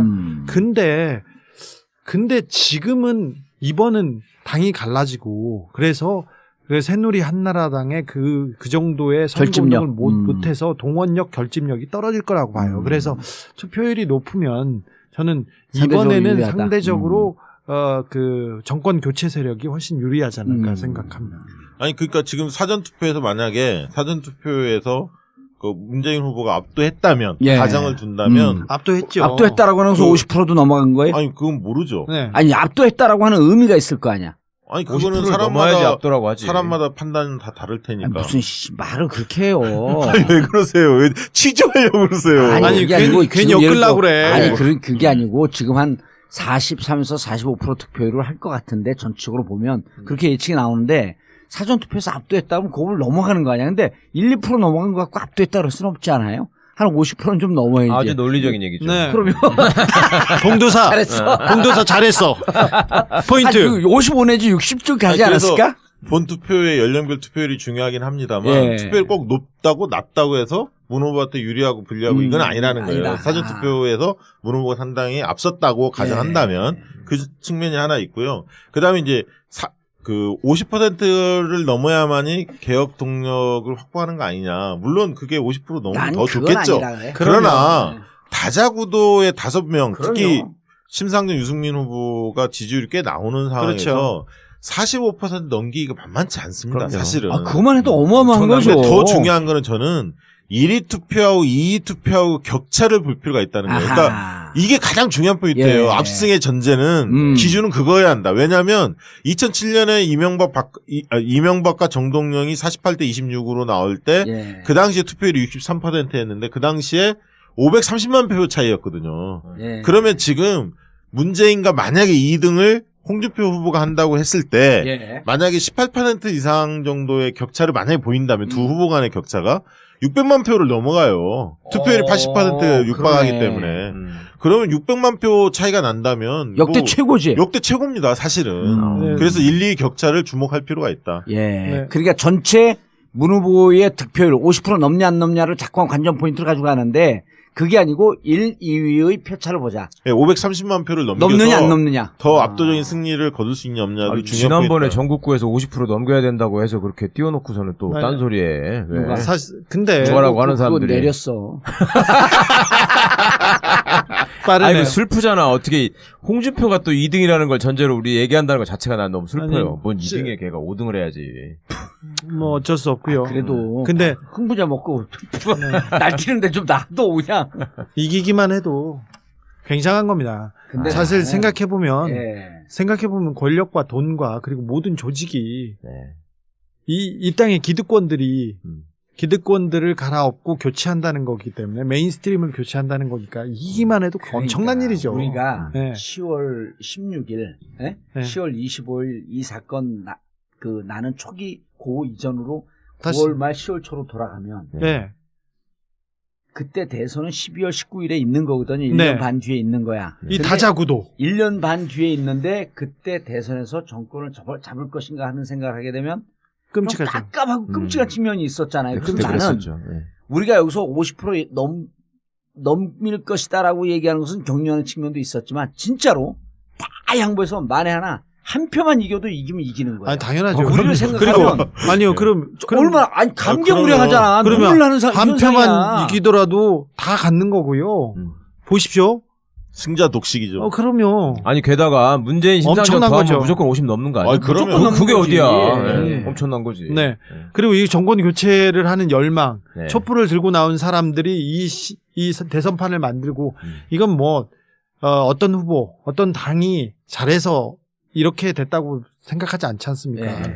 그 국민들의 열망으로 국민들의 촛불의 힘으로 여기까지 밀고 왔다고 생각합니다. 그럼요. 네. 그러니까 네. 대구 경북을 제외하고는 다 이기는 나머지 거지. 지역에서 모두 이길 가능성도 그렇죠. 있거든요. 아니 저는 그게 더 큰 의미가 네. 크다고 봐요. 그래서 자유한국당을 대구 경북 자민련으로 묶어버려야 돼요. 네, 그래서 대구 경북의 지금 그 시민들이 마지막까지 노력을 하실 텐데 좀 더 선전했으면 좋겠다는 생각이 들고요. 그다음 제주는 문 후보가 상당히 앞설 것 같은 느낌이 들고요. 네. 이제 강원도 같은 경우도 이제 심층 조사들을 안 하니까 되게 어떻게 판세가 흐를지는 모르겠습니다만 강원도도 아마 문 후보가 앞서지 않을까 당연히 예상합니다. 최문순 도지사가 있는데 네. 거기 앞서야지 좀 그 반성들을 좀 해야 돼. 우리가 잡고 있는 지역에서 그거를 진다 그런 건 말도 안 되는 그러니까 얘기야. 홍준표 득표율을 생각해 보면 적어도 하여튼 70-80%를 소위 말하는 탄핵 세력이 지금 득표를 하는 거잖아요. 네. 탄핵 반대 세력이 한 20% 정도 지금 고착되고 있는 거잖아요. 그렇죠. 네. 예. 그거 하나만으로도 나중에 전국 주도의 문제라거나 그럼요. 네. 그런 면에서 좀 용기를 가지셨으면 좋겠어요. 그리고 어쨌든 유승민 그 바른정당 예. 거기도 우리가 뭐 맨날 욕하고 비판하고 그러지만은 어쨌든 탄핵의 표를 던지면서 나온 거 아니에요. 아, 그럼요. 아니, 그럼요. 그러니까 쭉 탄핵 찬성 세력인 거야. 아니 그게 그러니까 네. 아까 영남에서 유승민 후보가 막판에 네. 힘을 좀 받고 있고요. 그게 얼마나 또 감사한 일이에요. 그럼요. 그렇죠. 홍준표 타임이었어요. 예. 홍준표가 힘을 받고 치고 올라갈 때 갑자기 또 유승민이 해서 네. 조금 눌러줬다고 예, 봐야죠. 눌러줬죠. 예. 일베도 큰 역할을 했네요. 세상에 뭐 어디 쓸데없는 건 없다니까. 네. 어? 세상에 박근혜도 쓸 때가 있었잖아 이번에. 아, 그러니까. 어디가 이게 세상에 난 이런 일이 다 있어. 박근혜 너무 고마워요. 글쎄. 예, 박근혜한테 전 국민들한테 정치란 이런 것이었다. 그렇죠. 예. 우리가 내 삶과 무관하지 않다. 그렇지. 우리가 왜 정권을 잡았는지 다 주사 맞으려고 했고 드라마 보려고 했다. 이런 걸 다 보여주면서 이 몸서 박정희 시대를 종식시켜 준 것에 대해서 그렇죠. 나는 박근혜하고 특별히 최순실 너무 고마워요. 고영태도 고맙고. 저는 그런데 지역적으로 구속됐잖아. 내려가봤어? 갔어요? 갔죠. 지금 주기자 말 듣다가 구속됐다고 파다하던데 아주 소문이. 그런 소리 담당 마세요. 부장검사가 전화 왔는데 네. 정말. 담당 부장이요. 담당 부장이 어떻게 이 사건을 처리했는지 제가 꼭 얘기하겠습니다. 그 인간이 자 우병우도 안재만도 안봉근도 이재만도 안 잡고 고영태만 어떻게 털었는데 털어서 어떻게 그 어떤 걸로 기소를 했어요. 근데 얼마나 말이 안 된다는 거를 제가 한번 나와서 기회가 되면 다시 나와서 그러니까 정확하게 얘기하기로 하고요. 하겠습니다. 어쨌거나. 실력 넣고 할게요. 걔도 죽을 고생했어 지금. 죽을 고생이요? 고영태가 아무 얘기를 안 하니까 뭘 얘 만들어야 되잖아. 자기 입장에서는 이게 지가 말하자면 이름과 얼굴을 알릴 수 있는 아이템이라고 생각하고 했는데 그러니까 약간 철이 없긴 하죠. 아니 근데 그렇게 해서 전뱉는데 우병우 수사들을 그렇게 아니, 근데 하지. 고영태가 전혀 조사를 최변 내가 궁금한 게 네. 예를 들어서 이제 지금 정권 교체가 돼요. 네. 그리고 우리가 사법부를 아주 정의롭게 독립을 시켜야 되잖아요. 네. 근데 영향력을 행사하면 안 되잖아요. 네. 전임 정권처럼 이렇게 하면 안 된단 네네. 말이야. 그런데 영향력을 행사하지 않고 정말 정당하게 재판을 해라 네. 라고 하게 되면 네. 저는 원세훈 재판이 너무 궁금해요. 네네. 원세훈 재판. 네. 지금 말도 안 되게 파견송을 시켜버린 거 아니에요? 유죄가 난 거를. 네. 자, 그 재판도 궁금하고 또 홍준표 후보의 1심에서 유죄, 2심에서 무죄였단 말이에요. 예. 난 이 재판도 너무 궁금해. 네. 예? 예. 이 재판도 너무 궁금해. 그래서 사법부가 독립적으로 자신들의 법리적 판단에 따르면 난 이 재판이 너무 궁금하고 또 박지원 의원의 대표의 재판도 너무 궁금해요. 그건 난 아무 일도 없다고 무죄라고 주장하는 건 무죄 추정 원칙이니까 그러나 우리는 사법부가 독립적 지위에서 이 모든 재판을 좀 철저하게 조사해 주길 바라야 되는 거 아니에요? 당연히 그런데요. 예. 하나는 꼭 아셔야 될 게 우리는 유죄 무죄라고 하잖아요. 예. 외국 영화를 보시면 guilty not guilty라고 해요. 아, 죄가 이게 있냐 되게 없냐. 굉장히 중요한 문제예요. 예. 그러니까 not guilty라는 거는 죄가 아니다라는 얘기지. 예. 죄가 없다는 얘기가 아니거든요.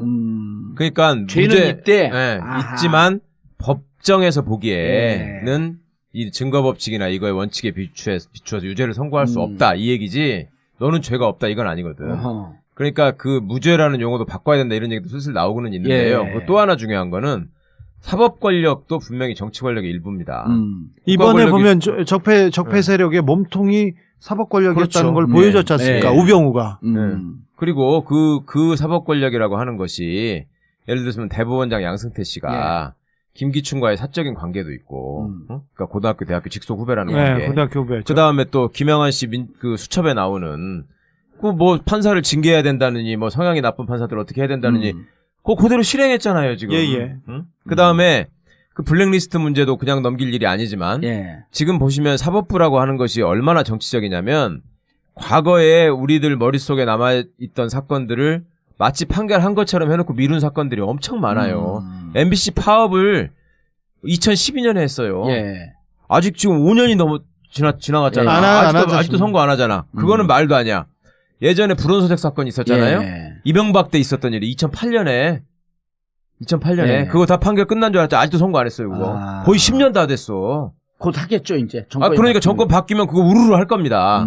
그걸 보시면서 이 사람들이 얼마나 시류에 민감한 것인가를 느끼셔야 되고요. 그리고 우르르 정의롭게 하겠지. 그리고 올바른 정치 권력을 세우는 게 얼마나 중요한 건지를 네. 이번에 보실 네. 수 있을 거예요. 원세훈 재판도 마찬가지예요. 사실 그러니까 우리가 판사가 기대하는 그 세상이 이루어지겠죠. 네. 그럼요. 네. 판사가 법과 양심만 무섭게 여기고 판결을 해야 되는데 네. 법대로 판결을 하는데 용기가 필요한 그런 예, 시대였지 맞아요. 않습니까? 알겠습니다. 네. 예, 자 이제 오늘 그 한마디씩 하시고 오늘 투표일이에요. 자 한마디씩 하고 19대 대선 이전 이제 전국구 마지막 방송. 마지막 방송 대선 이전 그 대선 이후에 이제 또 계속 해야 되니까. 자, 대선- 한마디씩. 5년 뒤를 내다보고 또 방송해요. 뭐요? 이 양반이 저는 참 이렇게 방송하면서 늘 미안한 게 부산, 울산, 경남에서 활동하는 분들한테 좀 미안한 마음이 있어요. 우리가 이제 야권을 분석하다 보면 항상 이제 호남을 분석을 집중적으로 할 수밖에 없잖아요, 사실. 예. 상대적으로 또 안철수 후보의 또 그 기반이 있기 때문에 이제 아무래도 호남 얘기를 많이 하는데 실제 이제 부산, 울산, 경남에서 활동하신 분들은 그런 보이지 않는 불만들이 있더라고요. 예. 예. 그래서 이제 최근에 어쨌든 홍준표 후보가 좀 많이 치고 올라오면서 부울경에 선거운동 하시는 분들이 굉장히 긴장감을 가졌더라고요. 전화도 저한테 많이 오고 그러는데 저는 뭐 그렇게 위협적이라고 위협적이지 않다. 보지 않습니다. 그리고 그동안에 노력했던 것들이 좋은 결실이 있을 것으로 확신합니다. 예, 알겠습니다. 주진우 기자님.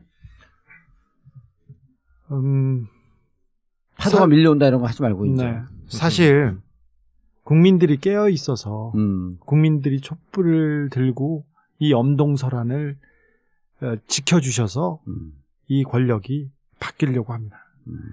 대선도 이런 판에서 대선을 치르다니요. 사실 지난 대선까지만 해도 잠을 못 자고 있는 폭탄 없는 폭탄 만들어서 계속 터뜨리고 계속 소송 폭탄 당하면서 이렇게 살았는데 여러분들이 깨어 있어서 지켜주셔서 이렇게 왔습니다. 그래서 정권 교체도 이룰 것 같습니다. 근데 여러분들이 관심을 가지시고 이렇게 계속 응원해 주시고 잘못하면 비판해 주시고 그러면 좋은 세상 옵니다.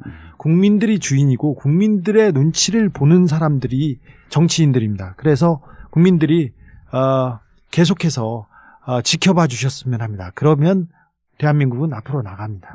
앞으로 나갈 길만 남아 있습니다. 알겠습니다. 최강 변호사님. 예, 저는 야구를 좋아해요. 공도사님 잘 아시겠지만. 근데 요새 기아 타이거즈 야구 경기 보는 거나 이 선거 기다리고 있는 거나 마음이 비슷해. 기아 타이거 잘해요? 요즘 엄청 1등 잘해요. 하잖아요. 오, 그것도 이상해. 그러니까 설사 한 7회까지 지고 있어도 네. 그게 질 거라는 생각이 안 들어요. 야. 이 선거도 저는 처음부터 이거 도저히 질 거라는 생각이 안 들고 아니 이거 어쩌다가 아까 우리 주 기자님 말씀하셨지만 어쩌다가 우리가 이런 선거를 하게 됐지라는 그렇죠. 생각을 하는 거예요.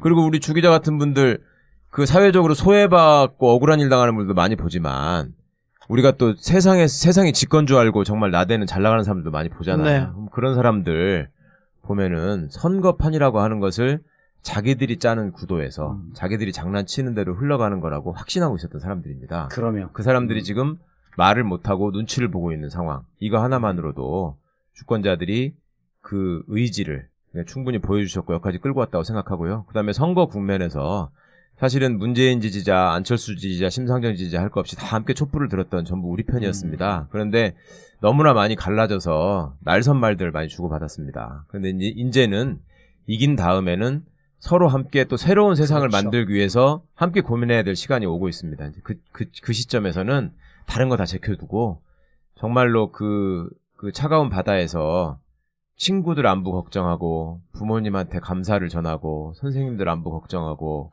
그렇게 안타깝게 쓰러져간 우리 세월호 아이들을 생각해서라도 그만 싸우고 정말 그 아이들이 살아있었다면 이번에 처음 자기 손으로 대통령을 뽑는 선거였습니다. 네. 그 친구들한테 정말 우리가 마지막 도리를 다하는 거는 꼭 우리 손으로 그 친구들한테 부끄럽지 않은 대통령을 뽑아주는 거라고 생각합니다. 예. 사실 세월호 아이들이 이번에 이 선거판을 만들어준 것 같아요. 그러면 네.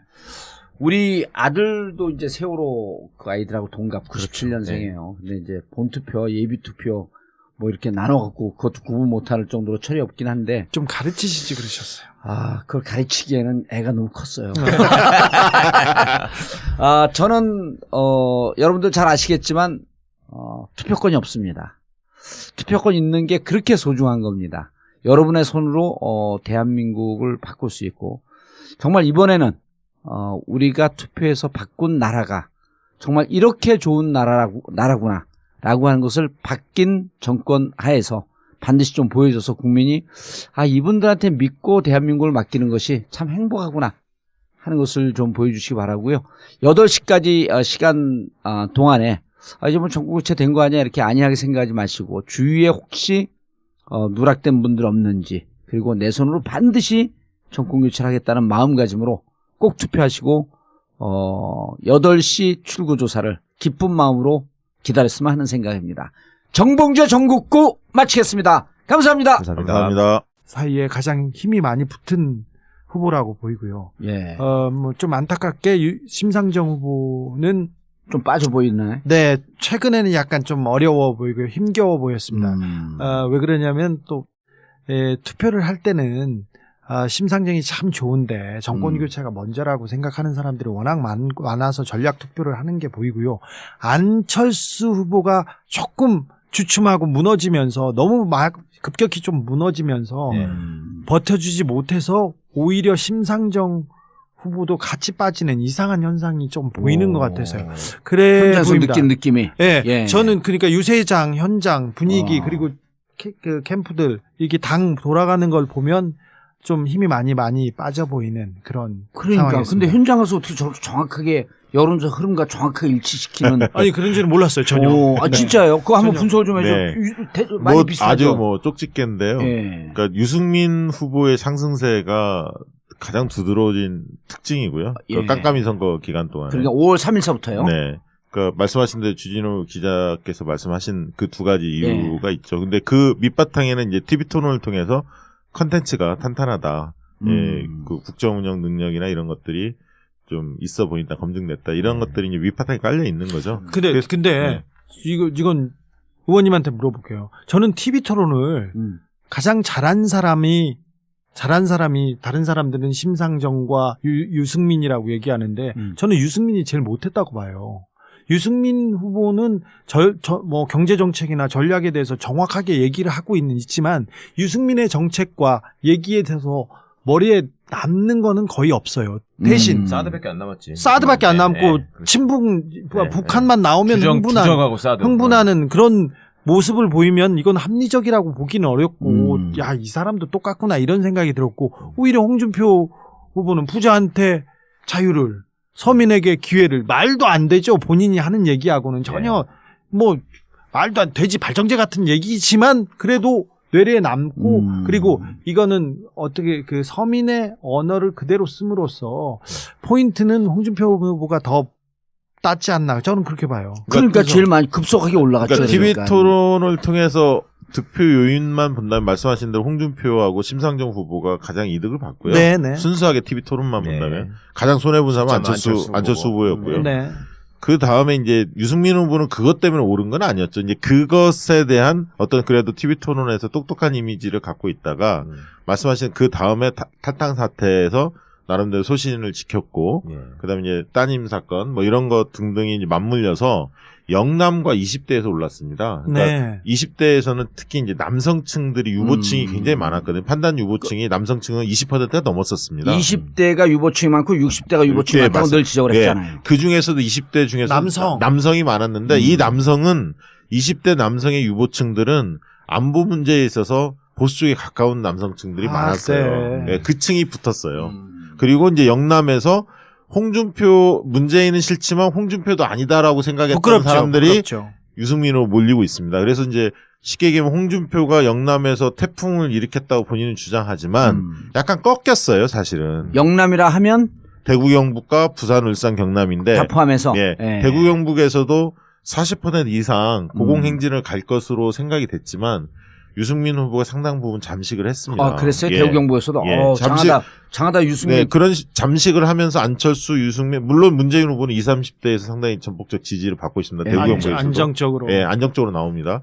대략 뭐, 20% 중반대는 나오는 것 같아요. 아직 뭐, 비공개 시점이기 때문에 정확히 알 수는 없습니다만, 흐름상 보면 그렇게 나오는 것 같고, 부울경에서도 홍준표 후보가 바짝 오르는 느낌이었는데, 그 부분에서도 그 표의 분산이 유승민 후보 때문에 약간 나타나는 것 같습니다. 그래서, 부울경에서는 여전히 문재인 후보가 앞선다는 평이 주류고요. 아니, 그러니까 부울경도 네. 지금 이제 얘기하는 시점이 5월 2일부터 이제 깜깜이 들어갈 때 그렇죠. 그때 일단 부울경에서 1등을 문재인 후보가 하고 있었지만 네. 홍준표 후보의 상승세가 가파랐다 그렇게 얘기했잖아요. 그때도. 그렇죠. 가파랐죠. 근데 이제 그게 깜깜이 들어가고 난 다음에 예. 유승민이 올라오면서 홍준표가 좀 꺾였다. 꺾였다는 거죠. 그러니까 전체적으로 보면 그 깜깜이 선거 기간에 홍준표도 정체 하락이었어요. 예. 정체에서 약간 정체 하락 약간 꺾였습니다. 실제로. 그렇게 이제 많은 조사 전문가들은 그냥 보고 있어요. 뭐 수치를 얘기할 수가 없기 때문에 예. 대략 가늠을 그렇게 하고 있고. 그럼 유승민한테 넘어갔다는 얘기예요? 유승민도 일부 가져갔고요. 일부 어. 가져갔고요. 그 다음에 안철수 후보도 그 정체 하락. 예. 그러면 네. 이제 이거는 얘기할 수 있잖아요. 지금 한간에 떠돌고 있는 그 근거 없는 뉴스 중에서 20% 중후반대를 쳐서 30%까지 치고 올라가고 있다. 홍준표가. 네. 그게 지금 그 돌고 있는 가짜 뉴스 중에 한 축 아니에요? 저는 그거는 거의 100% 가짜 뉴스 같아요. 그러니까 왜냐하면 정치 하락이면 왜냐면 정치 하락이면 이미 5월 2일 발표할 때쯤 그때 20%도 안 쳤었거든요. 예. 그때 분명 20% 안 쳤잖아요. 예. 그럼 정치 하락이라고 하면 그 언저리에서 머무르거나 그렇죠. 예. 아니면 그때 조금 한 2, 3분 동안 올라갔다가 하락이어도 20% 중반대는 못 가는 거 아니야. 그러니까 그렇죠. 이렇게 보시면 되는 게 예를 들면 쉽게 100을 기준으로 볼 때 예. 그 군수부들하고 무효표 합치면 1%는 나오잖아요.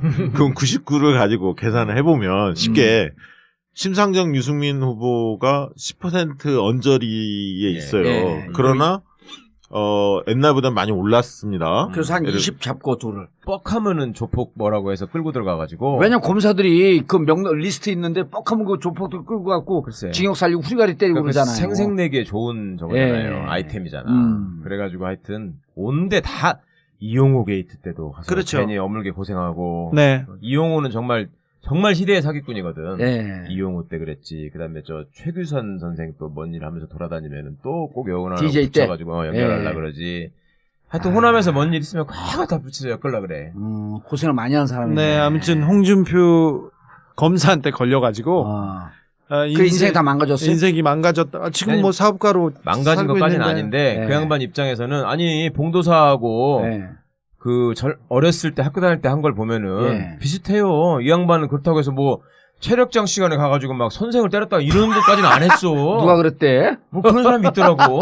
한국 정치인 중에. 이거는 그런 영감탱이 어디 있어? 근데 한 사람은 정치인으로서 굉장히 국민적인 영웅의 반열까지 올랐던 적이 있고 한 사람은 난데없는 조폭 고문이다 이런 불공평한 세상이 여론조사 결과는 어떻게 됐냐?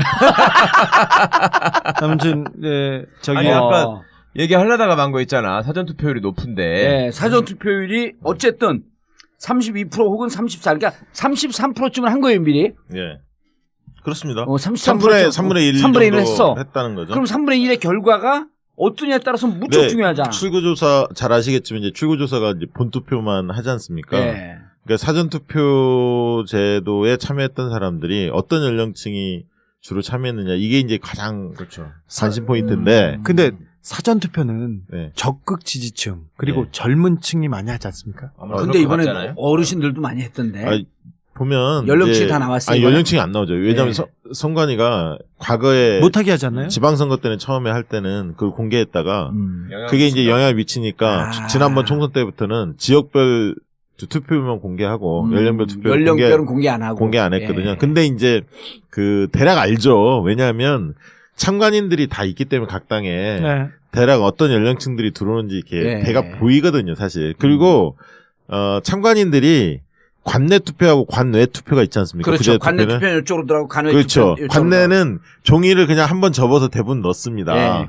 관외 투표는 밀봉을 하잖아요. 우편에다 회송용 보내야 되니까. 봉투로. 네. 그럼 관외 투표는 못 보지만 관내 투표에서 접어서 넣으면 대개 그걸 여러 번 접는 사람은 없어요. 왜냐하면 이게 인주가 묻어날까 봐 두려워서 한 번만 딱 접어갖고 되게 넣거든요. 예. 그러면 잘 안 접죠. 잘 안 접습니다. 다 보여요. 살짝, 다 인주가, 보입니다. 인주가 그러니까. 접힐까봐. 예. 예. 그러면 유심히 보면 한 70%는 창관이 똘똘하면 보여요, 이게. 네. 특히 1, 2번 후보는 거의 보인다는 거예요. 4, 5번, 3, 4번 헷갈리긴 한데. 1번은 특히 식별이 잘 되잖아. 1번은 아주 식별하게 좋거든요. 그럼 이제 그런 사람, 투표를 해본 사람들이 확실히 역시. 틀리네. 그런 사람들 이렇게 모니터링 해보면 대충 분위기가 나오거든요. 꼭 예. 조사를 하지 예. 않더라도.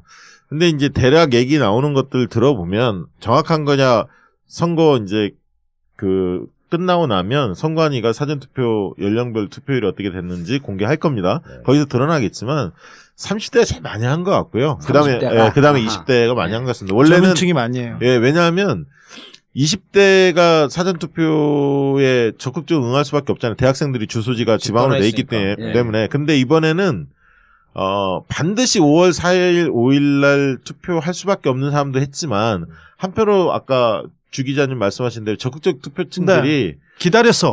어떤 사람 저한테 그렇게까지 오더라고요. 왜냐하면 자기가 이후에 무슨 사고 당할지도 모른다. 내가 그 사이에 지금 찍어놔야 한다. 그런 그러네. 분들도 계시더라고요. 2, 3일 동안 변- 교통사고 날 수도 아니, 있고. 그럴 수도 있고 우리나라 정치사에서는 2002년 때 선거 전날 몇 시간 남겨놓고 정몽준의 지지철회 네. 이런 이런 어. 것처럼 큰 변수가 생길 수도 있으니 예. 네. 그래서 야. 60대 이상이 상대적으로 좀 적게 투표한 것 같다. 그런 느낌을 좀 가진 것 같아요. 사전투표 참관인들이 이렇게 모니터링을 해보면 네. 대략 그렇게 잡히는 것 같고요.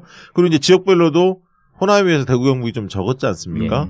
이제 그런 것들로 본다면 사전투표에서 문 후보가 상당히 높은 득표를 거두지 있을 않았을까? 가능성이. 그렇게 좀 라고 추정할 아니라 추정할 수는 있겠죠. 예. 일정하게 비공개로 조사한 데들도 있잖아요. 그게 있는데 이제 그건 비공개니까 예. 뭐, 아니, 비공개로도 추세는 알 거 아니야, 추세. 뭐 그건 잘 모르겠고요. 예. 근데 이제 개표 참관인들의 전원에 의하면 1번은 눈에 딱딱 보인다는 거예요. 이게 어. 늘 때 1, 2번은 그렇죠. 이제 그런 측면들을 볼 때 뭐 양심 고백. 조사했어요, 안 했어요? 그것만 얘기해. 했어요, 안 했어요? 노코멘트 NCND 그럼 했다는 거네? 그렇죠. 바로 말려버리는 거야. 아니, 안 했으면 안 했다 그러지. 그렇지. 뭐야, LCND가 뭐야, 벼랑안에. 통조사 봐봐. 투표권 있냐 없냐 그럼 바로 없다고 없죠. 그러잖아. 그걸 NCND라고 안 네. 하잖아. 아니 저는 미국 좋아해요. 투표 조사했는데, 그러니까 지금 오늘 한 얘기는 투표 참가인들의 전원인 척 하면서 그 조사한 결과를 사전에 노출시켰을 가능성을 전혀 배제할 수 없다고 얘기하면 선거법에 걸릴까봐.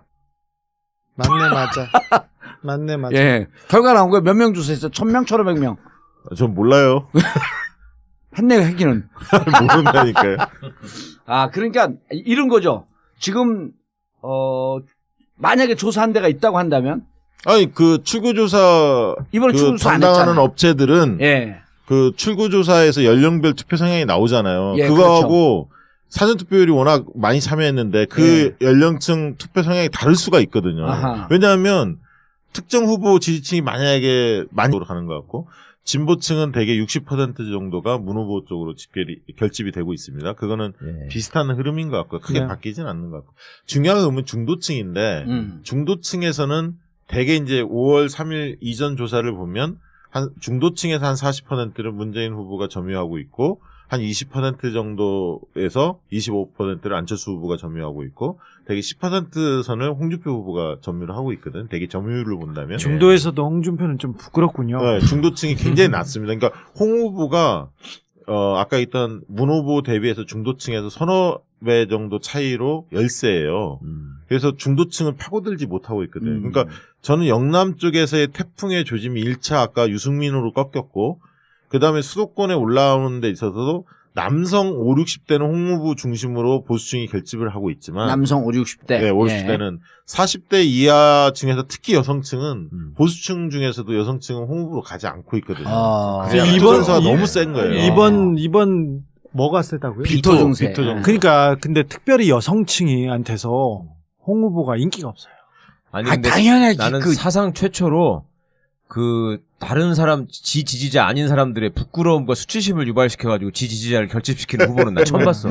세계적으로 이런 대선 후보가 말이 돼요? 아니 그러니까 굉장한 사람인 거죠. 뭔 이런 전략이 다 있어. 저기 굉장한 사람이죠. 홍준표 후보 옆으로 가도 돼요? 네. 홍준표 후보가 처음에 국회의원 될 때 그 송진아 작가한테 모래시계 작가입니다. 그분한테 찬조연설을 해달라고 했대요. 근데 그때 이미 송진아 작가가 저기 후보님은 그 모래시계 모델이 아니세요. 그때 얘기를 하셨대요. 그때도. 아 그렇습니까? 극적극적하고 말았대요. 근데 제가 저기 조폭 전문이잖아요. 그래서 제가 모래시계 그 주변 그 사람들을 다 만났어. 그리고 홍준표 의원이 90년대 초반에 광주지검 강력부 검사로 이렇게 딱 배치가 되고 옵니다. 거기서 진짜 나쁜 짓 많이 했죠. 그렇죠. 네. 왔는데 홍준표 의원이 책을 썼어요. 책을 썼는데 거기서 자기가 골프장에서 누구랑 지나가는데 사업가랑 지나가는데 저 앞에 여운안이라고 그러니까 모래시계에서 조폭 보스 나쁜 보스로 이렇게 모델로 돼 있던 사람. 대한민국 판결 사상 처음으로 조폭의 고문으로 되어 있는 양반. 그렇죠. 아유, 역시 잘하시네요. 그 국제 PJ파라는 사람을 골프장에서 만났대요. 만나서 지나가면서 신경전을 벌였어. 근데 그 당시에 광주지검 강력부 홍준표 검사하고 같이 간 사람이 김태촌 범서방파의 굉장히 높은 사람이에요. 그 사람이에요. 근데 그 사람하고 이 국제 PJ파하고 관계가 안 좋으니까 저 사람을 한번 잡겠다고 생각한 거예요. 그리고 결정적인 게 여운한 씨라는 사람이 그때 90년대 초반에 명절 선물로 henkel, 독일 henkel, 쌍둥이 칼 있지 않습니까? 칼을 보냈다. 이거 되게 유명했습니다. 조폭이 저기 검사한테 칼을 보냈다고 해가지고 큰 위협한 사건으로 굉장히 뉴스가 됐는데 그 사건에 잘못 배달된 거였죠. 네, 전무가 뭐였냐면은 그 여운한 씨라는 사람은 그때 henkel 가이가 굉장히 수입도 안 되고 비싼 칼이에요. 그래서 쌍둥이 칼이라고 하잖아요. 네, 부잣집들한테 굉장히 고가의 선물로 각광을 받을 때였는데 이 여운한 씨가 쭉 이렇게 돌렸는데 자기 같은 아파트에 그 아파트에 홍순표라는 의사 선생님이 있었어요. 그 사람한테 주라고 경비 아저씨한테 줬는데 홍준표 검사한테 줘버린 거예요. 홍준표 검사한테 준 거예요. 그래가지고 잘못 보냈잖아요. 근데 경비 아저씨가 그럼 말았어야 되는데 그 칼을 찾아온 거예요. 그러니까 칼을 줬다 뺐으니까 열 받아서 자기를 잡았다. 이게 그 피해자 그러니까 여운한 씨의 증언이에요. 근데 여운한 씨 줬다 뺐었다고? 네. 근데 여운한 씨는 어렸을 때는 저기 그 어두운 조폭 생활을 하기도 했어요. 칼부림을 하였다가 감옥에 갔으니까 그런 사람이었죠. 그런데 그 이후에는 돈을 많이 벌어가지고 그쪽 그 조직하고 전혀 관계가 없고 전혀는 아니고 조폭의 보스나 활동을 한 사람이 아니었고 그 옆에 있는 사람이었는데 홍준표 엮었죠. 검사가 엮었죠. 네. 조직 범단의 보스로 그리고 굉장히 중요한 사람으로. 근데 나중에 가니까 이렇게 판결해 놨습니다. 어떻게 잘하시네요. 광주 PJ파 고문이라고 해놓고 그 이유가 뭔지 아세요? 조폭들이 체육대회 하는데 거기다가 음료수 보냈다고. 네. 그게 그게- 범죄 사실이야. 그러니까 홍준표 검사는 이 사람이 음. 조폭 보스가 아니라는 걸 잘 알고 있었어요. 알면서도 알면서도 과거에 거기에 몸담았다는 이유로 네.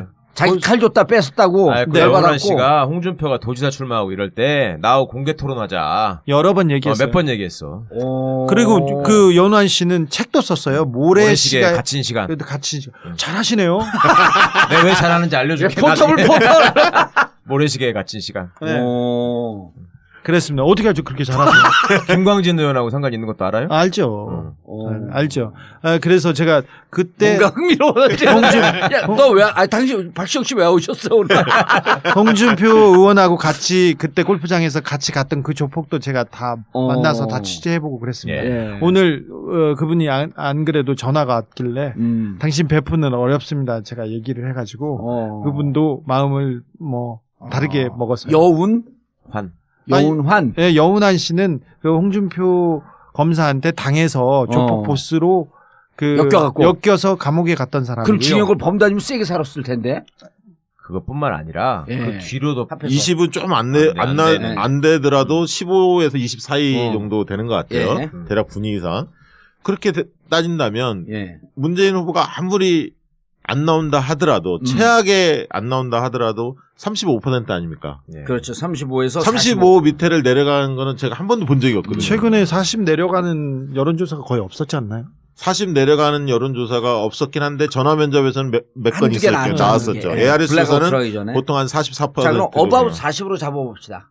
만약에 40으로 예. 잡는다면 더더욱이나. 예, 40으로 잡아보고. 그러면 아까 심상정 유승민 후보가 15에서 20. 15%를 일단 잡자고요. 제일 적게 잡아도. 예. 그럼 55 아닙니까? 그렇죠. 예. 그러면 안철수 홍준표 후보가 44%잖아요. 합치면. 예. 그러면 예를 들면 만약에 문재인 후보가 40%면 한 사람이 4% 이하를 그렇지. 해야 당선되는 거 아니에요. 안철수가 사과되거나 홍준표가 사과돼야지. 예를 들면 사실적으로 본다면 아, 전주끼리 금방 뭐 이해하는 그런 말도 나 참 들었어. 이게 뭔 얘기인가. 아니 왜 이해가 안 돼? 그렇게 쉬운데. 아, 그래? 아, 전북 3인방이 다 오였네, 오늘. 더 예를 들면 문재인 후보를 더 낮게 잡아봅시다. 예를 네. 들면 35. 35로 잡아봅시다. 아하. 35를 잡고 아까 유승민, 심상정 합쳐서 15%를 잡으면 네. 50이잖아요. 아까 예. 1% 감안하면 51%. 네. 예, 오. 그러면 49. 49를 가지고 나눠 갖는 건데 예. 그러면 35를 넘기려면 36. 36이 돼야 하잖아. 그러면 한 사람은 13. 13이 나와야 돼. 아, 한쪽, 그러니까 안철수가 13이 나오거나 홍준표가 13이 나와야 되는데 둘 다 일단 13은 안 돼. 다 넘어. 아니 그러니까 그거는 이제 저기 청취자들이 상식적으로 판단하시면 되죠. 그래서 이렇게 역으로 거꾸로 계산하면 그만큼 예를 들면 심상정 후보만 높아졌다면 예. 문재인 후보한테 상당히 위협적일 수도 있지만 유승민 후보가 높아졌다는 점을 주목해서 바라봐야 한다는 거죠. 예. 그게 아까 안철수 후보의 표도 일부 가져갔고 홍준표 후보의 표도 일부 가져간 표거든요. 물론 문재인 후보 표도 일부 옮겨갔습니다. 그 표 중에는. 네. 그래서 그런 점들을 감안했을 때 홍준표 안철수 후보가 역전하기라는 것은 현실적으로 거의 확률적으로 불가능하다. 저는 그렇게 보고 있습니다. 예. 근데 그렇게 차분하게 생각하시질 않더라고요. 하도 이상한 거를 많이 겪어보신 그리고 분들이라서 우리 워낙 국민들이. 우리나라는 역동적이었다가 그리고 최근에 다른 선거에 비해서 트럼프 미 대선이 트럼프의 맞아.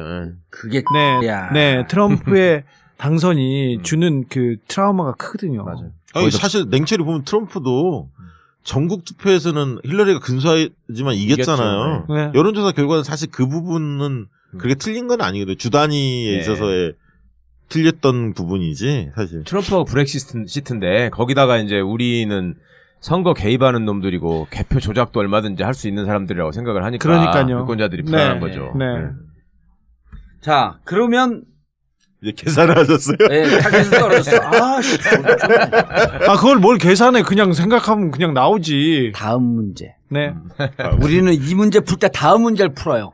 자, 사전 투표가 26%. 네. 1,100만입니다. 네. 26%. 전체가 80% 투표한다고 보게 되면 32.5% 투표한 거예요. 네, 맞습니다. 예. 그리고 전체가 75%라고 계산하면 34.6%. 예. 네. 어마어마하게 한 거예요. 반 한 거야, 반. 아, 그렇죠. 반이나 40%한 거야. 하셨어요? 봉도사님은 어차피 못하는 분이고 두 분은. 네, 저도 했습니다. 봉도사는 진짜 투표를 못하는 건 진짜 투표를 할 때 전 근데 투표했는데요. 했어요? 다 했네 우리도. 그거를 계속 얘기해도 어. 나도 투표했냐고 물어보는 사람도 뭐 하는 아니, 사람들이야. 그러니까 아니 본인한테는 물어보는 건 이해를 해. 예. 나한테 왜 또 물어보자? 진짜로 봉도사 투표 못하냐고. 아니 저는 투표하러 가면서 의원님한테 전화했거든요. 근데 투표할 때마다 제가 마음이 너무 아파요. 그렇죠. 예. 네. 저 양반 진짜 투표 좋아하는 사람이에요. 술 먹다가도 막 투표하는 거야. 여자 지나가던 여자 보고 막 투표 계속 하시는 분인데. 아니 우리 술 먹을 때 뭐 먹을 네. 거냐 투표로 정하잖아. 아니, 근데 이게 출마도 못하고 그다음에 투표도 못하고 이게 너무 가슴 아파요. 아 출마 못하는 건 괜찮아. 방송인이니까 이제 뭐, 그건 관계없지만 투표를 못하는데 아니 우리 집사람하고 아들 보내놓고 그 앞에서 따라가가지고 기다리는데 슬프더라고. 그러니까요. 근데 이제 우리 아들 참 또 기념비적인 인물이야. 5월 4일날 투표했거든요. 예. 그러더니 5월 8일날 저녁에 전화하고 7일날 저녁에 전화하고 아빠 9일날 올라갈게요 그래. 그래서 왜 올라가 또 그러니까 투표하러. 아니 이제 본투표에 이제 예비고사 하나 끝났고. 투표했으니까 본투표한테 봉도사 아들 맞아. 아, 맞아. 그래서 어디 가서 내 아들이라고 절대 하지 마라. 그러니까 봉도사 아들 맞아 이거. 오늘 전화 오더니 아빠 근데 나처럼 생각하는 애들이 엄청 많아. 그래서 니네 대학이냐니까 그러지.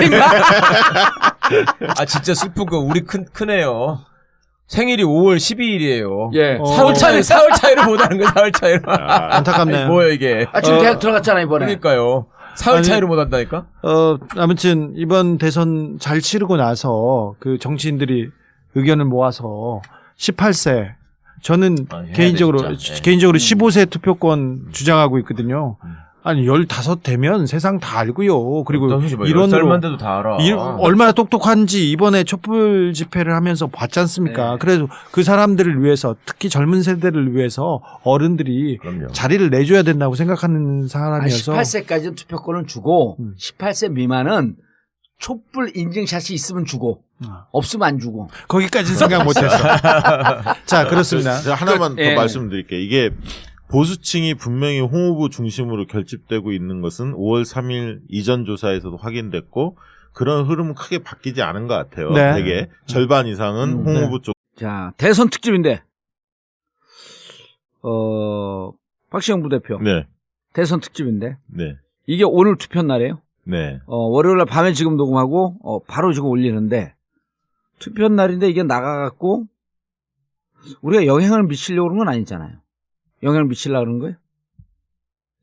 영향이 있을까요? 아니 이거는 이 방송을 방송을 기계적 중립을 하다 보니까 이게 헷갈려 죽겠어. 그러니까 지금 공중파에 너무 많이 나가서 그러니까 지금 나 감이- 정신 오락가락해. 지금 의원님이 왜 이 이거 멤버를 밤에 모이라고 해가지고 왜 방송을 하겠다는 얘기는 의원님이 하셔야죠. 그건 나도 잘 모르지. 원래 정규적으로 할 때야 지금이. 그 안 하면은 욕 먹어 그리고. 그럼. 선거 전날에. 너무 공중파에 심혈을 기울이다 보니까 전국구를 소홀히 하는 거 아저씨. 아니냐. 이런 지적도 많던데요. 그거 지적 많죠. 잠깐 나왔다가 다 죽었어요. 그래요? 안 죽었어요. 잠깐 아니 월요일날 업데이트하는 걸 화요일로 한번 미루고 하루 나왔어 하루. 어따 디스를 들이대. 자 정리를 좀 해주셔야죠. 예, 일단 뭐 제일 궁금하신 게 아마 아니, 깜깜이 가짜 뉴스가 난무하잖아 지금. 아니 당연히 뭐 그건 깜깜이 시기라서. 지금 과거에 비해서 가짜 뉴스가 훨씬 늘어났죠. 늘어났어요 지금. 예, 지난 대선에 비해서 몇 배 늘어났다고 뭐 나오던데요. 당연히 그리고 판세에 대해서는 각 후보들이 다 자기가 이긴다고 주장하지 않습니까? 당연히 그래야 하는 거고 그건 언제나 선거 때마다 그래요. 있었던 일이니까. 이번에는 차마 그 얘기를 못 하는 게 나는 특징이라고 생각했는데. 다 해. 뻔뻔하게 싸게. 다 하죠. 다 한다고요? 예. 이미 홍준표 쪽에서는 이미 실버 크로스 일어났고 글쎄, 이번 그렇다고 연휴 기간 중에 하던데. 2, 3일 전에 이미 골든 크로스도 일어났다. 네, 그렇게 하고 다니긴 하대요. 안초수는 바닥에서 가보니까 폭풍이 불고 있더라. 폭풍이요? 아, 이번 뚜벅이 유세로 완전히 엎었다고. 뚜벅이 유세로. 네. 완전히 엎었다고 생각하지. 네. 웃겨요. 그럼 뭐 심상정 후보는 뭐 그러면 누구요? 심상정. 예. 유승민 선생은 딸 때문에 또 떴다고 엎었다고 그러고 그러면 아니 그래도 유승민, 심상정 후보는 좀 정직하죠. 음. 뭐 10%대 두 자릿수 자릿수. 이 얘기만 그렇죠. 하지 네. 엎었다까지는 안 하죠. 예. 아, 본인들이 대통령 된다 여기까지는 안 하지. 거기까지는 두 자릿수가 목표니까 예, 지금은. 예, 예. 그렇죠. 예. 근데 지금 뭐 사실 이제 경우의 수를 좀 따져볼 필요가 있는데 예. 아마 이 방송을 청취하는 분들은 대략 감은 잡을 텐데 특히 이제 야권 지지층이 좀 많이 듣지 않습니까? 그러니까 이제 문 후보 득표율이 과연 얼마나 될 건가? 예. 또 심상정 후보는 10%를 돌파할 것인가? 아하. 그다음에 이제 홍준표는 과연 어디까지 올라갈 건지, 그다음에 또 안철수 후보는 15% 보전을 받을 수 있을까? 뭐 이런 예. 부분들이 관심이 많을 텐데요. 일단 뭐 판세를 예측하기 전에 일단 사전 투표가 굉장히 높게 나오지 않았습니까? 그 사전 투표가 26%가 나왔는데 과연 사전 투표의 표심의 향방이 어떻게 쏠려 있었을까?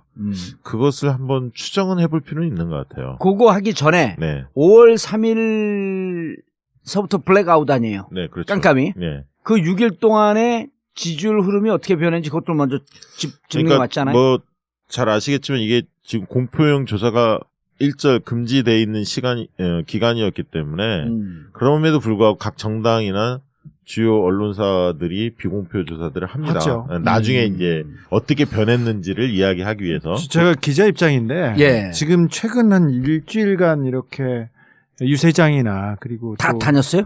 네, 다녀봤죠. 지방에도 가고. 부지런한 연기는 은근히 부지런해. 다른 건 게을른데고 취재 다니는 건 부지런해. 그렇잖아요. 네. 남 괴롭히는 거는. 그런데 홍준표 후보는 예전에 비해서 많이 힘이 생겨서 탄력을 받았다고 보입니다. 그래서 본인 목소리도 그렇고 후보 주변 사람들도 활력이 생겼고요. 그다음에 유세장에 사람이 좀 더 모이기도 합니다. 반면에 예. 반면에 안철수 후보는 사실은 힘이 많이 빠진 것으로 보입니다. 안철수 후보는 걸어서 유세한다고 하면서 자기가 그 동력을 만들어내고 있는데 국민의당 의원들이 유세하는 자리를 가보면 선거 초반에는 사람들이 조금 많이 모였다기보다는 동원된 사람들도 많았는데 그런 사람들이 현격히 줄었습니다. 그래서 캠프의 탄력이 떨어지지 않았나 이렇게 보고요. 사실 거기는 캠프가 뭐 역할을 한 게 없잖아요. 좀 근데 불쌍할 정도더라. 아무 전략도 없고. 도와주고 싶었어요. 너무 안쓰럽더라고. 전략이 있었던 거예요, 나름대로.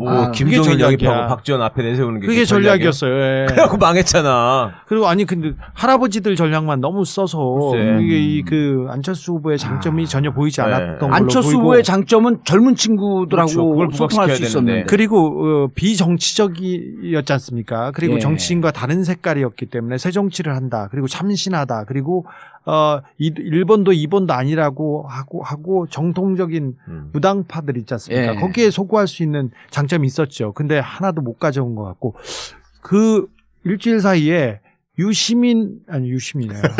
유승민. 예, 저 유시민 선배랑 당구를 자주 쳐가지고 이 판세를 읽다 보니까 참 죄송합니다.